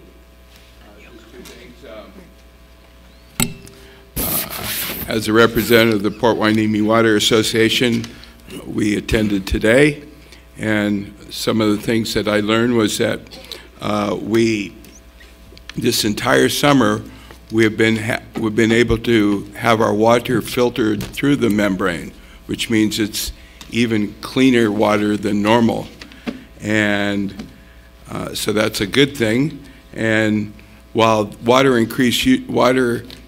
use usually increases during the summer, we've been able to limit our use of Calagus water to 2% or less. Calagus water is very good water, but it's very expensive water. So I guess there's some outlying water reduction by our community, which is a good thing. Finally, I'm also a member of the Ventura County Air Pollution Board. They have a new executive director that attended their first meeting on October 9th, which I did. One of the things that one of the major purchases is that they're purchasing new natural gas tanks for all the school buses in both Oxnard and Simi. And so that's going to help keep the green emission gases quite down, so that's a good thing. There's going to be it's National Clean Air Day on October 2nd, 2019. However, I know probably from some of the letters that I've received, a lot of the Port Hueneme residents may not feel the same way, but it will be National Clean Air Day, where they bring attention to clean air throughout the country. That's it. Thank you. Councilmember Gama. Yes, I attended the leadership forum at California, that put on by California Lutheran University at the Reagan Library, and it was a magnificent event. It's a great place to network and get to know a lot of other city representatives from around the county. They had a panel discussion on permitting. And so they had 4 city managers up there discussing. And it was a really interesting. This Saturday we have the California Coastal Cleanup. We are ready to go. We're anticipating over 100 participants. We're going to continue to focus on the Ormond Beach area. And we keep moving down the beach, and we have our cleanup every week, and so what we're finding is we hover on a pocket, and then we'll remove 4 and 5 and 6 buckets of micro trash, little pieces of plastic, spoons, brushes. What else did we find? I mean, we find all straws. Yes, straws. So we're going to take a big effort. Chief is helping us. We're going to have a dumpster out there, and we're going to really focus on all those little things left behind by the homeless encampment. So if anybody's interested in helping, come along. We also have a bunch of pick sticks that we purchased that's going to make it ergonomic and safe. So if you don't have anything to do, come enjoy a cool ocean breeze and an ocean view. 9 o'clock at the Alaska 261 Memorial. Thank you. Good. Councilmember Schnopp. Yes, so thank you, Mr. Mayor. Just a couple of things. Also with the PHWA, we didn't have a presentation by United Water Conservation tonight or earlier today at our meeting, but they will be around on October 21st. And so they're looking at a plant to add at their facilities in El Rio that would actually then treat the water prior to it going to its destination, i.e. City of Port Hueneme being one of them, so that we could eventually then run our treatment plant 100% of the time. And this would come with a cost, et cetera. So we're looking forward to their presentation in October. So if anybody's interested in that, you can come to the meeting. And then in October, we also have the Friends of the Port Hueneme Library who put on a fabulous tea. I know that Mayor Pro-Tem Hernandez was there last year, and you know, it's not just for the ladies, but the men can join too. And it's the largest and the largest fundraiser, not the largest event that they have, but the largest fundraiser that the library has in order to raise what they need to provide different programs and services for our community. Tickets are $35, and it comes up, I believe, on the 20th of October. It's on a Sunday. So 2 to 4 p.m., you'll be fed some wonderful English kind of tea, sandwiches, and etc. And it's a great event to just sit around and just enjoy English tea and to chat. Okay. Councilmember Rollins, sounds like you had a second thought about something. Yeah, no, on the tea. I just wanted you to know that my wife has been drafted to decorate a table for the tea. Very and she's good. all excited about, you know, what to do and stuff on that. The other thing I just thought was a suggestion for a future agenda. I know I've talked about it. We've had a lot of different park issues as far as things going on at the park that we do and don't want to see. A lot of different improvements that we do and don't want to see, and I would hope that we, on a kind of a regular basis, be it quarterly or whatever, that we bring up a park agenda item, just the status of the parks in general, and I would hope to see that happen.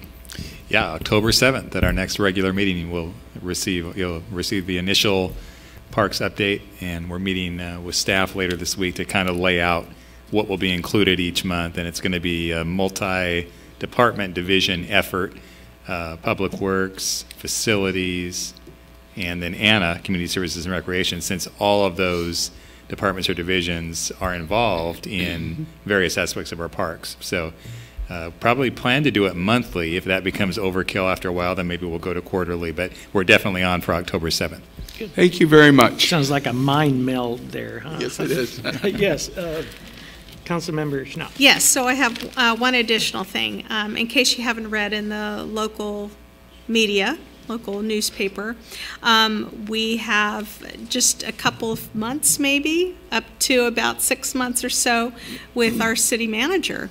Rod Butler is going to be transitioning out of his role, and we're now open for candidates to submit their interests. But Rod, I just wanted to acknowledge the years of service that you've had here at the city. You've taken us through really the dark times of the city, but also too then incorporated some wonderful new revenue generating sources and ideas, and really put together a stellar team to walk us through most of that, if not all of that. And I really do appreciate your time and tenure here with our city and wish you the best of luck in Rancho Cucamonga. Thanks. Appreciate it very I much. second that. Yeah, well, I should be around until probably the end of the calendar year is the current game plan, so I'll give some dramatic tear-jerker speeches as we get closer to actually departing, but I really appreciate the sentiments tonight. And yes, we're open. Bill Avery and Associates has got the recruitment out there now, so if you have candidates that you I would think would be interested in taking on that challenge, I'm not sure if he's got a closing date yet. I haven't looked specifically at the ad, but it's out there being advertised. And like I say, we'll keep you posted on the timeline and share some farewell thoughts as we get closer to the end of the year. Thank you very much. Mayor Pro Tem. It's like asking him about Rancho Cucamonga. I hadn't heard. Yeah, it's just where I live. Oh, okay. I thought maybe you got the city manager job. Okay. Okay, I've got a number of items. I'll try to get through these quickly because I know everybody's anxious to leave. I wanted to ask if our city clerk captured the names of the future leaders of America so that we could send them a certificate. I did not, but during the council meeting, I sent an email requesting the names of Very the students. Good. Thank you so much. They did such a great job. I'd like to acknowledge them, and I think it's very important to give them something that they can put in their resume files. As we discussed earlier, we could maybe do some sort of award or something signed by the council. I think that would be a really nice takeaway for them who gave a great presentation. Thank you so much. So my activities over the last week have been pretty much focused on beach erosion. I attended 3 different meetings, helped coordinate the beach erosion meeting we had at the port. And again, thanks to the port who helped host the meeting and provide refreshments. Thank you, Christy, for helping to organize it and contact all the people who were invited to attend. It was a good meeting. What came out of that meeting was that we thought this was going to be a one-time event where we just came up with a strategy and came to agreement to go to Washington and ask for our due amount of sand. But this group wants to get together again, so we will likely see another meeting coming up in the near future. I also want to thank everybody who turned out for the 9/11 observance. I know it was early and there was a lot of standing around, but I consider that standing around and waiting until the fire department does their flag ceremony has time to reflect. There was time that everybody took to reflect on what this event, how it changed our worlds for us 18 years ago, and I just want to share my appreciation to staff and everybody was out there, and the police department was there in force and all in formation. It was very impressive to watch. So thank you so much, Chief Salinas. Also went to the pavilion event on Saturday, and that was excellent. It was really well attended and well organized, and it was my first one, so I was really happy to see the crowds there and the people taking advantage of being down at the beach on a Saturday. I've also been asked to be part of the planning group for the 20-year anniversary of Alaska 261, the Alaska 261 Memorial, and part of my work on that committee or that group will be to develop an incident action plan. So what I'd like to do is ask to meet with the city manager and Don Villafana and the chief so that we can begin developing that action plan, which will outline what city resources will be available and used for that event, and everybody will have an opportunity to discuss what their roles and responsibilities will be on that day, because we'll have a lot of people here. There's going to be crowd control issues, traffic control, other things that we need to address. So I'd like to have the city manager call that meeting, and then I'll be prepared to report back at the next city council meeting and future council meetings as the plans develop. We're moving along on our strategic planning efforts, and we have a workshop coming up on October 1st, and the public is invited to attend that. It'll be posted just like a regular city council meeting, so look forward to that.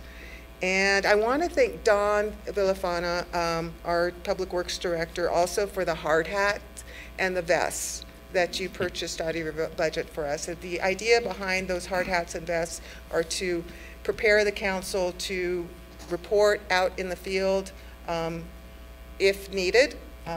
We have a understanding here in the county among first responders that we don't self-deploy. We go if requested. So the vest will help others who are working in the field know that there's a city council member on scene. The hard hat will help protect us from any falling debris. Hopefully we won't end up in any of those environments, but the vest in particular is going to help us be identified much easier by the incident commander and other first responders who are out in the field. I also attended the CLU breakfast, and which presented had presentations of the city managers from Agora Hills and Thousand Oaks and Oxnard, and it was very interesting, and there were some common themes that resulted from their discussion. One was collaboration, that the cities wanted to see more collaboration between the city managers. The city managers do actually meet along with the county executive officer. They meet on a regular basis, but they're talking about on other issues, like collaborating with the city of Oxnard on what we're going to do with Ormond Beach and cleaning up on Ormond Beach. They'd like to see more of that county-wide. Disaster preparedness was also on their list of issues to be addressed. So I hope we can continue to make strides in that area. And then tomorrow I'll be attending the chamber breakfast to hear our mayor talk about the state of the city tomorrow morning at 7 a.m. That's right. Okay. Yes.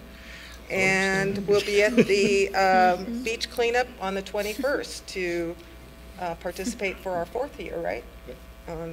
On beach cleanup. So with that, that's all I have. Thank you. Very good. I would like to share one last item before we adjourn the meeting, and that is an email I just received for those of us who think that maybe we're an echo chamber in here and everybody's just talking to ourselves.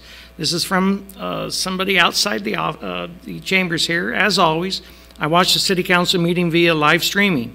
On the number 10 item on tonight's agenda, solar-powered message board purchase, I heard Councilmember Hernandez make the motion to approve.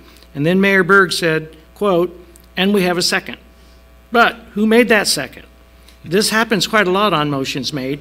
The person making the second is not identified to the at-home audience. Please, after the council had made the motion, made and alleged second made, I did not see or hear an actual vote taken.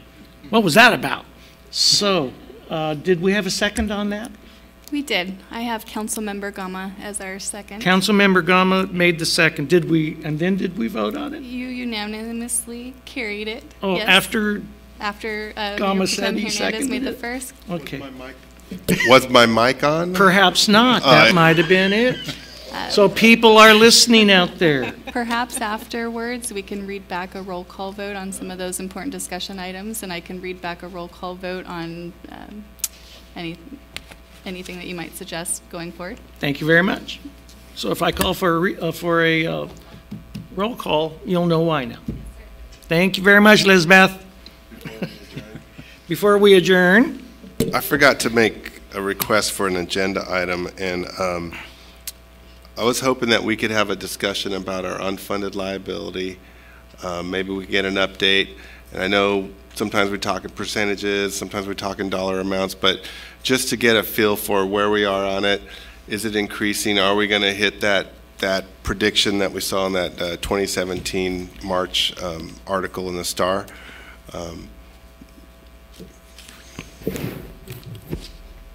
We can definitely do that. We've talked in the past about having a firm, and I have a couple of ideas in mind, who can give us a specialized look at our situation and even make some recommendations to the council on amounts of money that we could set aside each year into the trust that we've developed, for example. You know, so you have a better idea of where we stand individually as a city.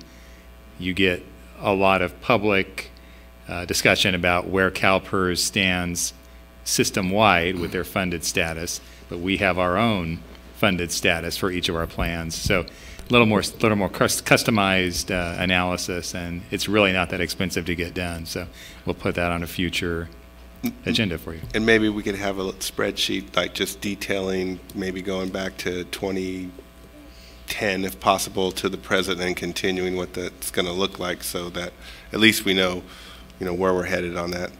I think that would be really helpful. Good. Excellent. Any last comments, questions? Then we will adjourn this meeting to our regular meeting of October the 7th, 2019, to be held at 6:30 p.m. right here in City Hall. Thank you.